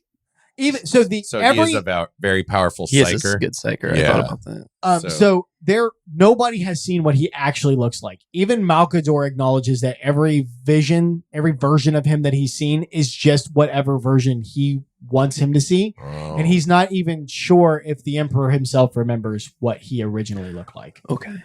Well, daggone. Okay. So that big golden armor and stuff, that's not what he looks like. Okay. Or at least not truly we're seeing a version of him. Yes. That's what he wants to look like sometimes. Right. Correct. Yeah. So it's something that he's done. We know that the Emperor, throughout his life, took the guises of historical beings. I think the end and the death directly says that he was Alexander the Great. If I'm not misinterpreting it wildly, because whenever they tell stuff about like old Earth, they either slightly misquote it or they mispronounce the name. Right. Which is why my one tattoo, the quote is actually misquoted. If you look up the actual quote from Virgil, that's not what it says. Oh, nice. I know that that's intentional. Everything is warped. Yeah. Save it for the end. But I think that's a nice touch because that kind of, to me, grounds it in like this hit, because it's like big old game of telephone history, right, it does. The unreliable narrator. Yeah. It's all of 40K. It's a perfect way to keep yourself from writing yourself into a block. Another great series that does that is The Wheel of Time. They have like references to where it's like, maybe this was our world too. And they almost Planet of the Apes it? Yeah, almost. But they keep it very like, soft, like maybe. Nice. It's a big maybe. Yeah. But anyway, yeah. But anyway, Euphrates Keeler gets attached to Garro. And another one of those divine things is no matter where he goes, no matter what adventure he goes on, he always kind of ends up reconnecting with her. And so there's just this kind of air of fate and connection between the two of them throughout his stories. They just keep getting drawn back together by events. Yes. Garro gets recruited by Malcador to start the Knights Errant, which is where he takes on what most people know him in is the gray armor. He still gets to keep his Imperator as a symbol of his allegiance to the Emperor. Yep. He's carrying his sword Libertas, which we'll save that for the end when we go over his gear. Yeah. Libertas is fucking cool. It's amazing that we've gone this far without mentioning that, huh? Yeah. I mean, so just starting out, I was like, we'll be lucky if this episode's 45 minutes. I mean, come on. Yeah, I'm such an idiot. Anyway, he gets recruited by Malcador to start this secret order where he goes around and he recruits one member of each legion, including the traitor legions. And that's where he meets a lot of the really cool characters throughout his story. He meets Macer Varen, who was from the World Eaters. He's a loyalist. Macer Varen's a fucking hoss. He cares so much about innocent life. To hear that from a World Eater is wild. Like their actions are kind of off. Yeah. From that. But he basically goes toe-to-toe with the Custodes over killing some survivors because the Custodes like, we can't trust them. And he's like, if you think you're going to slaughter them, then you're going to have to start with me. And then later he does the same. He pulls the same maneuver on Garro when Garro wants to execute who turns out to be Garviel Loken. Spoiler alert. Yeah. Who is a Sons of Horus who has lost his mind on a planet. Ooh. And Garro thinks he's too far gone. He's supposed to go get him and recruit him, but he thinks he's lost his mind. He's like, I'm just going to put him down. And Varen's just like, it's not happening. We're not killing a loyal son. Aw. And he's a cool character. Tylos Rubio is another one. He's an Ultramarine, a Psyker. He's a little bit of a tight ass, but I end up liking Tylos. Yeah. Throughout the story, he grows on me. I didn't like him at first because the way Garro recruits him, basically he does. It's a shit move, but it's also true. Garro forces Tylos to use his psychic powers against the Council of Nicaea. And when he does so, his Ultramarine brothers see it and then denounce him and kick him out of the Ultramarines. Ooh. So now Tylos basically has no choice but to come work for the Sigillite. Gets excommunicated. Yeah. But it is also true. So, like, they were facing off against the traitor legions. They were fighting the word bearers. And they were all going to die. Like, Tylos refused to leave. He didn't, like, this working for the Sigillite was purely voluntary. Right. And so Garro went to him. He's like, hey, the Sigillite wants you to come work with me. He's like, I'm not leaving my brothers. So they're all going to die. And Garro basically goads him into using his powers. Okay. So he kind of led to. He did, but he's like, also, all your brothers that you care about so much, they would have died. Yeah, I see. And Boy, that's a tough spot to be in, huh? Yeah. And Garro himself holds no like prejudice against psychers. I actually think he kind of finds it silly that they can't use it. And he's been told by Malkador that, like, yeah, okay, other people aren't allowed. You guys are exempt from all this because you're fighting a secret war. Ooh, cool. Not Marvel's like fucking abomination, like an actual secret war that involved, wars and secrets. Not emasculating your main character or making them suck face with the dirty Xenos for some reason. With the dirty Xenos. Fucking weird Jesus fuckers up there. You guys get that video I sent you? No. What is it? I don't care how big the galaxy is. There's only room for one Imperium in it. I'm going to play it. Is this it? It's got like news stories. It's like, there's hostile aliens. This just shows the Imperium going. Just like, nope. Hostile island. Yeah, Milky Way galaxy has 4 malicious alien civilizations. Oh. It's like not my galaxy. Yeah. No. Let's go get them. Oh, listen. If there are actual aliens out there, fuck off, will you? You don't want none of the smoke. Nope. No. Eric has high anxiety about aliens. Oh yeah, I don't want it to be aliens. I'd rather it be demons than aliens. Oh yeah. And you know what I say is relax. If there's one thing that human beings have proven is that we have a natural talent for killing shit. We will find a way. Yeah, we will.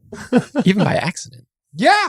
Oh, We just can't help ourselves. Yeah. Listen, Big time. we'll accidentally pox blanket them fuckers. To hell with them. It's like War of the Worlds. Yeah. Yeah. Achoo! Genocide. Those microbes. So anyway, where was I? Fuck, this is the first time that's ever happened. I know. Knights Errant. Knights Errant. Yes. You did it. Tylus Rubio. There it is. Nice. So Tylus Rubio is allowed to use his psychic powers per Malkador. Right. But the Ultramarines, because, Ultramarines, they have like a zero wiggle room. And this is something that Tylus encounters a lot. But anyway, Garro goes throughout his career this kind of brief, it's not brief by our standards, but by 40K standards, it is pretty brief because it's like 4 years. It's throughout the length of the heresy, really. Yeah.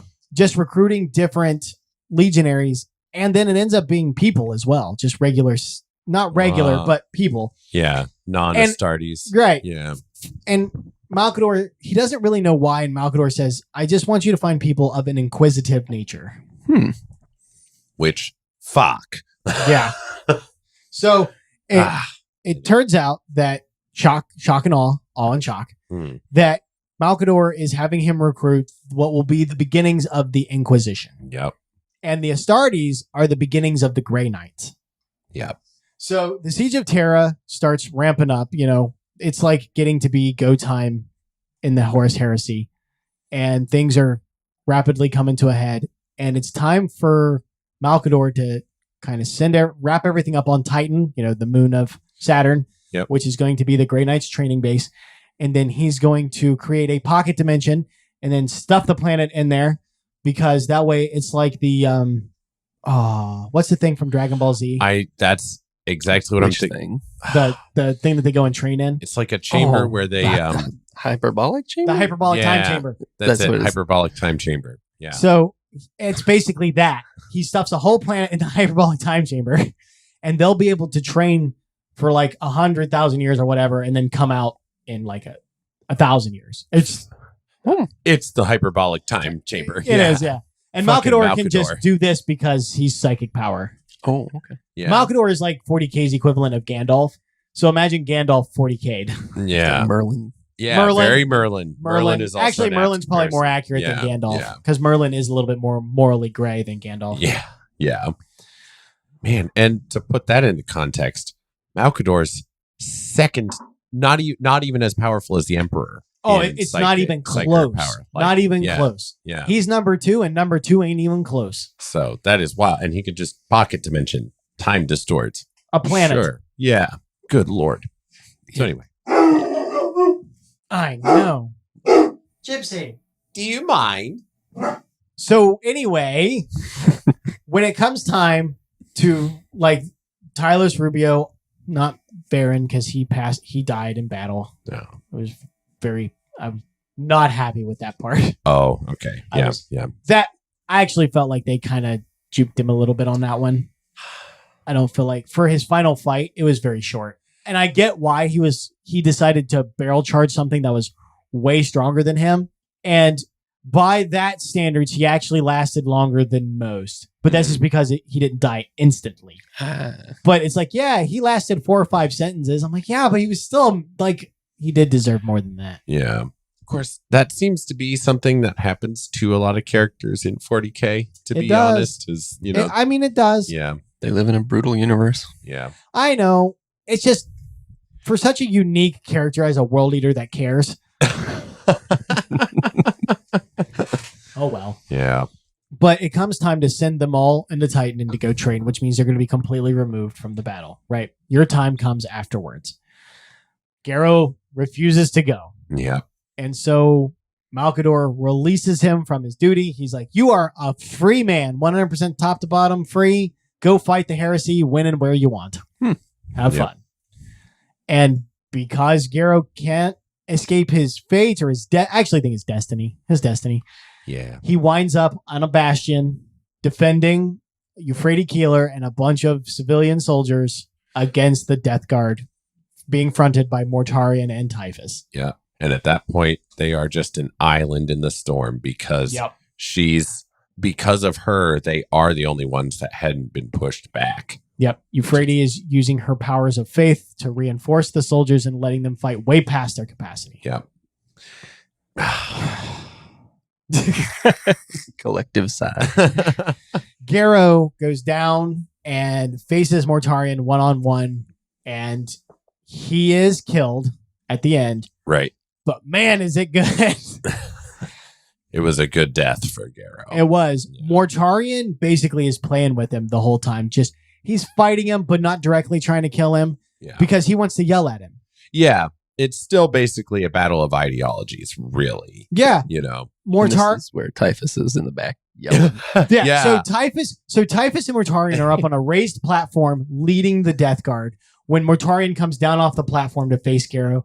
So that means that Typhon is still on this raised platform watching them in the background. And it cuts to him from time to time where he's literally like yelling at Mortarion to just kill him and quit fucking around.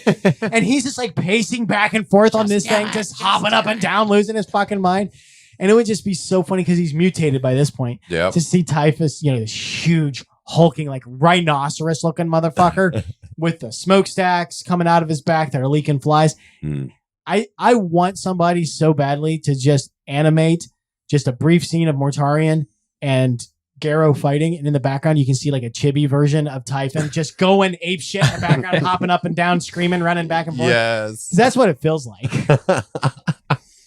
That would be amazing to see. Because he's 100% correct. Euphrates manages, because she's up on top of the bastion looking down at this fight, and she looks off in the distance. She can see the Imperial Palace. And she like reaches out and prays to the Emperor with one hand and then casts the power from the palace, from the Emperor to her, through her to Garro, like a lightning rod. Yeah. She's a conduit for this faith. Yeah. Power. Like a cell phone tower. Yeah. She's got great reception. Yep. Unlimited bars. Yeah. All the data. And so Garro kind of supercharges. And and this is, make no mistake about it, this is fan service. Yeah. Okay? A legionary, no matter how souped up, cannot stand to a Primarch. It's just not going to happen. And he does succumb. Yeah. That's not even the coolest part, though, is Garro is impaled on Silence, the Scythe. Yeah. And he stops seeing Mortarion like entirely. And he sees this large figure wreathed in golden light who literally steps through space as if they're opening a door. Now, bear in mind, at this point, the Emperor is fighting a war in the fucking webway. Yes, he's holding back a whole tide of his own. So would the Emperor stepping through the webway look something like that? Maybe. Yeah. And Garro is said that he doesn't know how he knows, which means that it's psycho power, but he knows that if his faith is pure, that he will rise and fight for this person once more in the afterlife. And then Garro accepts that, basically, and then slips away. True faith. Yeah. Which I think, so we know the Emperor is now in the warp. We know that he has brought back some of the Primarchs. Sanguinius, probably Ferrus Manus, because the Emperor did say something about bringing him back in like an earlier series. So we can assume that he's alive in the warp, or at least given manifest. Okay. So that leads me to believe that Garro was also taken into the warp bosom of the Emperor, which I think only doubles down on the Legion of the Damned, which we've not covered much, but they're like this legion of... Have you heard of them? No. Okay, so the Legion of the Damned are like this legion of Astartes that show up at dire moments, and they just show up out of nowhere, and they're wreathed in fire and flame, and they push back the enemies of the Imperium. Oh, that sounds cool. Yeah. And then as soon as the tide is turned, they vanish. Okay, so they're sort of like a ghost army. Yes. Yeah. Nobody really knows much about them. Yeah. Most fans speculate that they are the Emperor's versions of demons. Oh, okay. Which is neat. That's such a neat. Which means that Garro would be maybe not a greater demon, because that would be his Primarchs. But well, he might be able to, the warp doesn't have those same kind of limits, does it? No, but there are there's like a middle rank between just like mindless demon. Right. So there's every chance for Garro to be of that level, or maybe greater demon. Hey, Cool. He deserves it. Yeah. Yeah. Either way, though, is like he could be right there, like an Einherjar. He's martyred, so that's a good way to get to he is the next level. Yeah, he is a martyr. You're right. Oh, if you make that kind of saint comparison, he could be, in a way, sainted. Yeah, I love this stuff. Oh, good Lord, I know. And that really plays well into the. I can't help myself. The Arthurian parallel. Let's go ahead and get into that, because my mind was going there next. So let's go ahead and dive into that. The once and future Garro. The once and future Garro. Which, oh man, what if Arthur really is just, even in the Warhammer universe, just someone who, cycled through a couple of, I don't know. Anyway, that's purely, don't mind me.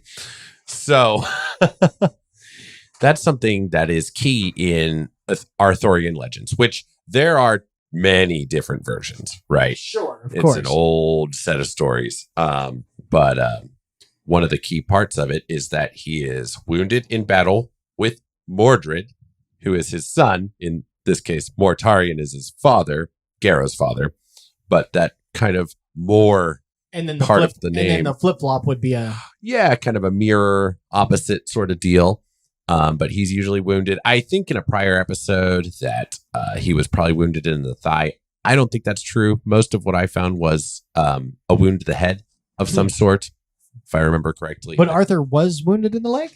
I think I got that from a book called The Mists of Avalon, perhaps, which is it was written in modern times as a fiction version. Nathaniel lost his leg. Nathaniel sure did. Yeah. So I got kind of excited, but I think that was just purely work of fiction as far as the book went that I'm talking about. When did that book come out, though? Good Lord. It is an older book. So just because that's not tied to the original legend does not mean, because we also know that 40K borrowed from like Dune. Yeah, that's true. They did take a lot of fiction into account too. You're right. You know what's funny? Mists of Avalon is the name of the song that is our opening. Oh my gosh, you're right. Oh no, what if I got the name wrong because of that? You did not. Okay, good. That's interesting. 1983. So. Oh. Yeah, okay, buddy. so they still could have. Okay. Could have. Cool. Very well could have. Neat. All right. My brain hasn't quite failed me yet. Did not. No. Still firing. Still firing. Obviously, there's the Knights of the Round Table. With the Knights Errant. The Knights Errant. Malcador and Merlin. Mhm. Come on, I mean, that's a no-brainer. Yeah, and I feel like I'm missing an important one. Euphrates could be kind of an interesting Guinevere. Oh, yeah, that's true. Yeah, definitely not like Morgan Le Fay because she was often antagonistic. So Right. yeah, probably more of the We have the Lord of Flies that kind of fill that magical enemy. Ooh, that's true. Yeah, I also don't think we said that he was from Albia on Terra. and Albia could be Britain. Yeah. Yes. Could be like one of 3 different places. Right. Yeah. There's a major one. I feel like it's slipping my brain. There big is one. a big, thick, heavy, chunky one. Yeah. He Yeah. wields a big old fucking broadsword named Libertas. Libertas. Jerry, do you have some things on Libertas? I have a little things. Okay. It's a power sword, It is it's a good example of a power sword. and a power sword has a field of energy disrupting solid matter. Nice. Ah. Yeah. So it's kind of like a fully metal lightsaber. And this one in particular, they think predates like Old Knight, like way back. There are some rumors that it could even be or pertain pieces of Excalibur. Yeah. I think there's an instance where a guy knocks it out of Garro's hand and So- then tries to pick it up to kill him with it, but cannot. It happens more than once. Oh, okay. Yeah. Cool. Yeah. Because it sticks in the ground in Yep. what I think you're talking about, and it does, can't and be it can't pulled be pulled out. out except Yeah. for by Garro. And boy, that sure does sound like Excalibur. And that is And/or- not a feature of that sword. It's not Right. like a technological thing. It's one of those like almost divine intervention things that we had talked about, Yep. because Garro is then able to pull it out freely without effort. And it's not unheard of for an artifact like that to exist this long, like the Rosetta Stone. Oh, Right. Yeah. Oh, yeah. The Emperor Emperor collects stuff. those old relics and the Rosetta Stones. It still exists yes. in 40K. in 40K. So I think I heard something, and I think I should have looked it up to reference it if it was a Reddit post, but they were talking about how the name Libertas could have evolved from Excalibur, because another name for Excalibur is Caliburn, and this whole liber part of the word, kind of evolving into the name Libertas. Caliburn, See? Libertas. I think there's another one that starts with L that is sounds a little bit like Libertas. Oh, okay. Yeah. Yeah. That sounds close to it, but not quite it. And didn't quite. Yeah. Which could be a rough translation to Libertas now. Oh, neat. Yeah. Sweet. I didn't run across that. I love. Yeah. Yeah. No. Check out Garro's story. It's a couple of books It's long, so but it's good. worth every penny. Yeah. What other kind of gear does Garro carry? Okay.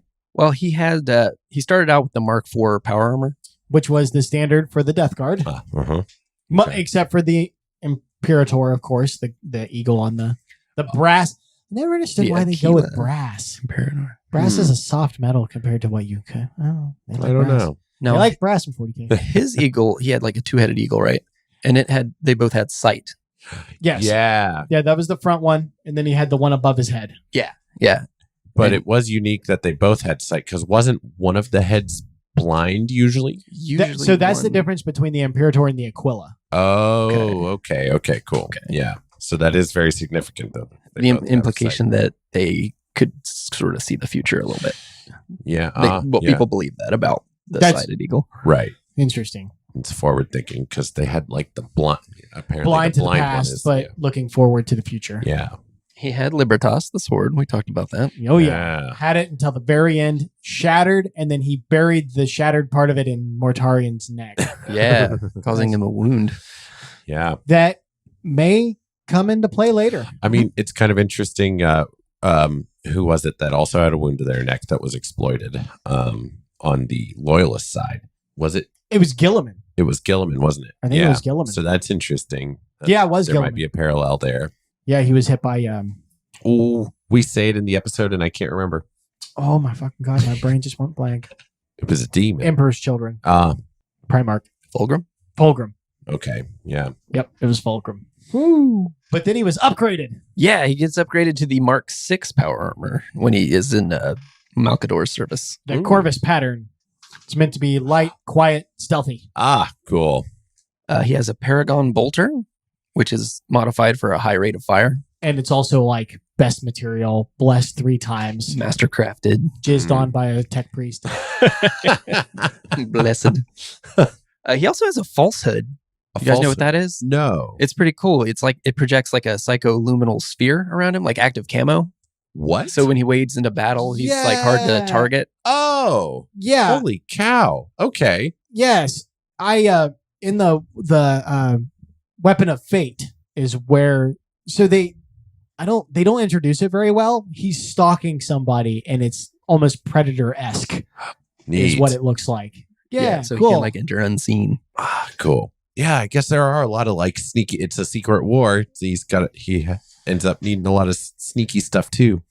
Yeah, because the Corvus at the same time, Malkador was also running the spies and the assassins as well.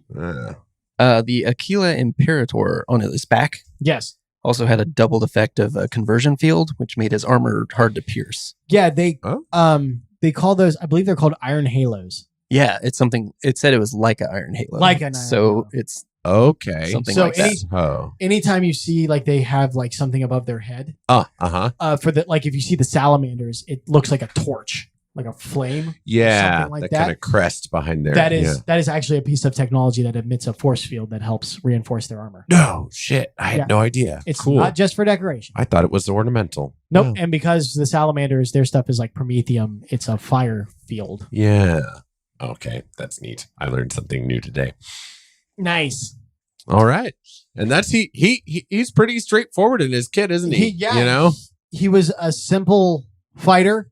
He was a kind of a simple guy, simple in his mannerisms. Yeah, the paragons are very easily to define. They're not complex in the way where they're like internally conflicted so much. You know, he is internally he conflicted, is, isn't though. he? Yeah. So as soon as those words are out of my mouth, but he's still a complicated guy. Well, so I think the reason is because usually paragons aren't your main character. Yeah, because they're hard to make interesting. Right. Because this is an example of one that is. They're kind of like, I think they're called iconic characters where they don't go through an arc, a change through the story. They're kind of more they're like reverenced and revered, and like the more detail you go into it, it takes away from that. Yeah. Or I guess iconic could also be like an evil character. Like they're just evil. They're not going to change that, and you don't see why they became evil. They just through the story remain that static. Right. Yeah. Garro's. He has an arc, so it's less of an arc, and it's more like an ascent. Really, they just like he has an inkling of a thing, and he believes in a thing, and he's not sure why, and then it just kind of reinforces to the end. Yeah, that's true. Even though like his faith in people waver and stagger and stuff, but like his main focus, which is the faith, just gets stronger. And his faith in himself wavers a little bit here and there too, Yeah, he's not perfect. Yeah. I mean, as we said, he loses fights. He lost a fucking leg. Yeah.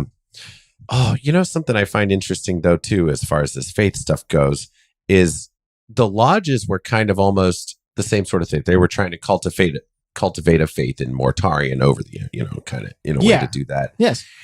And it's like, well, I guess the one came first. He was never tempted by that, was he? No, never.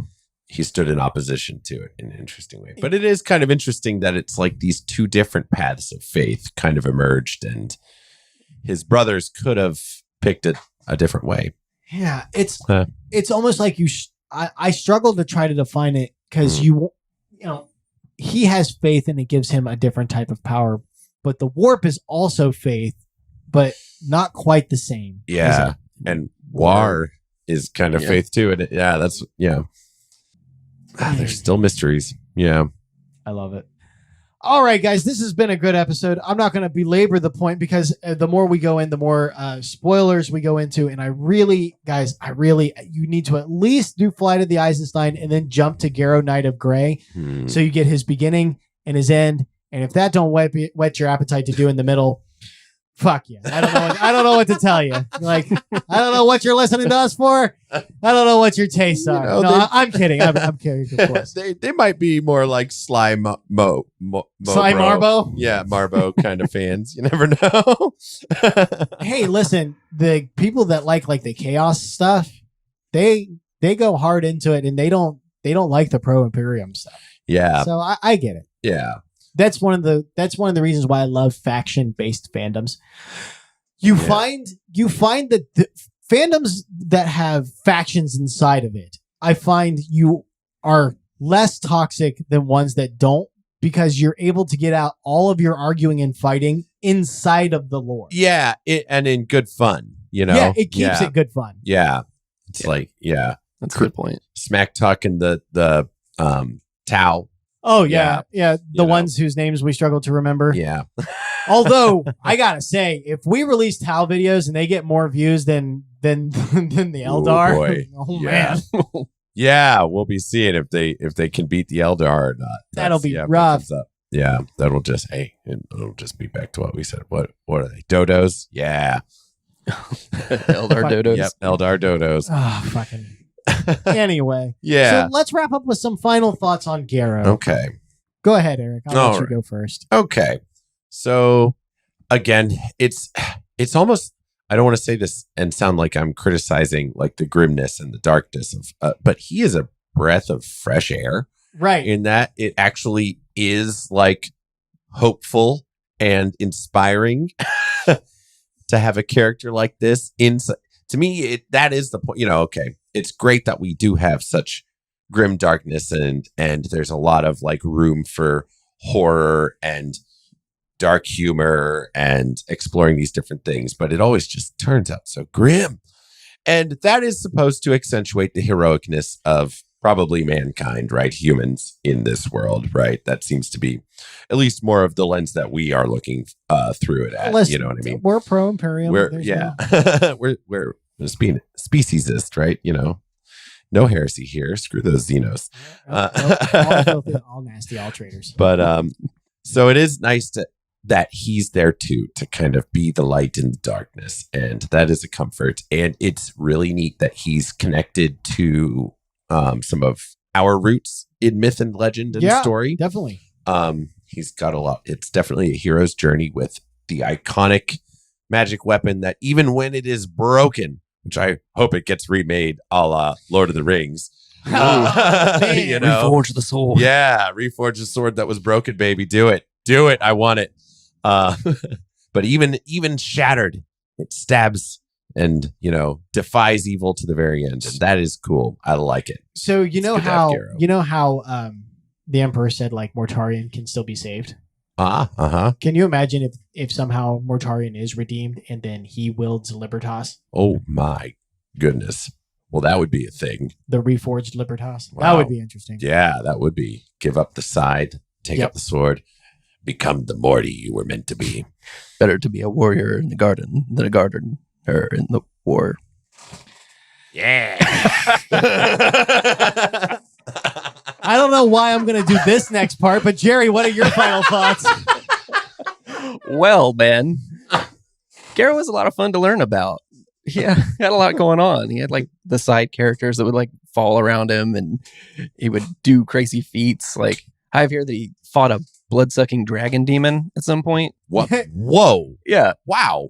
Okay. Yeah, he slayed a dragon. Cool. Oh my God. Of course he slayed a dragon. I don't know why I'm surprised. And it The feels blood sucking part was surprising. yeah. And it feels like you're like on the journey with him, like as he discovers what his purpose is and stuff. Yeah. Oh, yeah. It's a great Yeah. Yeah. So yeah, it was a fun ride learning about this guy. I have to agree. I have to, just echo what they said in its entirety. Garro is a breath of fresh air. Just like you said, he's a hero. Dyed in the wool. He's not looking to be cruel to anybody. He discounts no one. Yeah. Seeking no glory. None. No. He is simply Pure. Yeah. Absolutely pure. That is such a good way of putting it. But he's full of self-doubt. He's not perfect. No. No. Yeah. And in fact, it is his faith that somebody else has a better plan for him than he has that allows him to continue forward. Yeah. And man, I love the idea of my problem with the way we use faith now is people are so sure. It's like the idea that courage without being afraid. Yeah. You can't really be brave if you're not sure. Yeah. Or if you're not afraid. I don't feel like you can have faith if you're so sure in yourself that you never question it. To have faith, you must also have doubt. There it is. That's what I'm trying to say. Because if you know something for sure, that's not what faith is. That's not faith. So if you feel like you know something for sure, you might not have faith. There we go. Yeah, spoken like a true Catholic. I like it. Exactly. Yeah. There's a word for that. Faith. It escaped me. Okay. Yeah. We'll have if it comes to him, and you'll find it down in the comment section. There we go. There we go. But so man, this is a journey that I've gone on twice, and it's just so good. Yeah. I'm really glad that this gatewayed you into the drug that is 40K. Definitely. Yeah. It definitely did. This was Fly the Eisenstein was the second book that I read. Yeah, second. Nice. And I listened to it. Audible. I cheat. But, yeah. But Audible, our natural ally. Yeah. It just cemented him into my brain and I love it. Yeah. So I don't know how there could possibly be a part 2 to this, short of some really cool shit happening. Yeah. If it does, rest assured, we will cover it with fucking bells on. Absolutely. Or if they come out with, you can do mini novels, short stories that have, covered the area that we haven't quite trod yet. So it's not that his story is completely done, but it has reached its end. Could be like, past stuff, flashback stuff, right. Origin stories. So I will definitely cover that as well if it comes out. And so, Eric, go ahead and do our plugs. Okay, so wrap up stuff. One thing I want to say is, if you liked this character study on, and want to throw out some suggestions, obviously we will continue to work our way through the Primarchs. Other characters. Yeah, if there are other characters. Good and bad. We'll do heroes and we'll do villains. Yeah. Yes. Typhus and Sevatar, the two that I've mentioned before, are already on the list, rest assured. And Commissar Yarrick is Commissar on the list Yarrick, too. of course, is on the list. Gazgul Mathraka is going to be on that list for sure, Yeah. So, throw them out there. Leave us suggestions in the comments. Comments and likes and all that stuff really help us out on YouTube. If you're watching us on YouTube, Buzzsprout 5 stars or however many stars you want, really. Some reviews. I don't think we have many reviews. So any will do. Yeah. That's nice. You can find us at Cult Talk Net along with some other pretty cool shows. We have Cult Talks Conspiracy, which is hosted by Ty and Bailey. Yeah. And they talk about all sorts of neat conspiracy theories that, they've covered things like UFOs, which is pretty hot right now. So they have some cool stuff on that. And they're working on some different stuff as well. They are. So They've got some really neat I'm stuff. not allowed to tell what it is. She's over there about to plus just like typing in the background. But you want to get in before that happens so that you can be there during the change. Yeah. That's when it's fun, is when you're able to say, I was there before this was this way. Yeah. You can also check out Cult of Campbell, where we talk about Bruce Campbell, the king of B movies, and work through a bunch of his movies and give him a groovy, not groovy rating. Isn't that fun? It's a lot of fun. Now there's a mini series called American Pie Slices. You can watch that if you enjoy people talking about the movie American Pie. So that's a 6-part series on one freaking movie. Ty and Mike, and it's not us. It's No, Ty and Michael. Ty and Michael doing their Ty and Michael shenaniganry. We're barreling towards Culttober. Yes. So please do buckle up. We're for 2 Culttober. months out. Yeah. We've got a lot of cool Halloween movies to review and talk about, as well as some neat, dark, horrible stuff too here on Cult of Lore that's coming up. Dear Lord, it's gonna be so gruesome. And our, of course, our not 40K episode for that will be HP Lovecraft. Yeah. So hot damn for that. Really looking forward to that. Hell yeah. Yeah. I'm excited. Love ourselves some Lovecraft. So yeah, Culttober is important. Also, we now have ways that you can support the show. We have merch that you can buy and support us. It's pretty cool. You'll find the link down in the description. Yep. Subscription? Yeah, you can also subscribe to support the show for as little as like $3 a month. I'm still not entirely sure how that works, but if you click on the link, you can figure out how that works perhaps and let us know. We suck at the tech thing. Yeah. There's a reason why we have Michael. Yeah, the money that we put in goes in through other channels. I don't know what to tell you. So cool. Thanks for bearing with me for all those pluggy things. I think I got them all. at Cult Talk Net into Google will get you anything that I may have missed. That's right, guys. Yeah. And so with all that, we'll go ahead and end it here. Sorry. Yes. No, that's fine. So guys, join us every first and third Thursday. Yeah. Or Friday. Sometimes. Listen. We're only human. Yeah. We haven't appeased the machine spirit. We're consistently not consistent, but we're never really too bad. Yeah. Yeah. And so with that, thanks for joining me with another episode of Call Lore. I'm Ben. I'm Eric. And I just want to say the word faith again. I feel like we didn't say it enough in this episode. You guys want to say it with me? Yeah. Faith. Faith.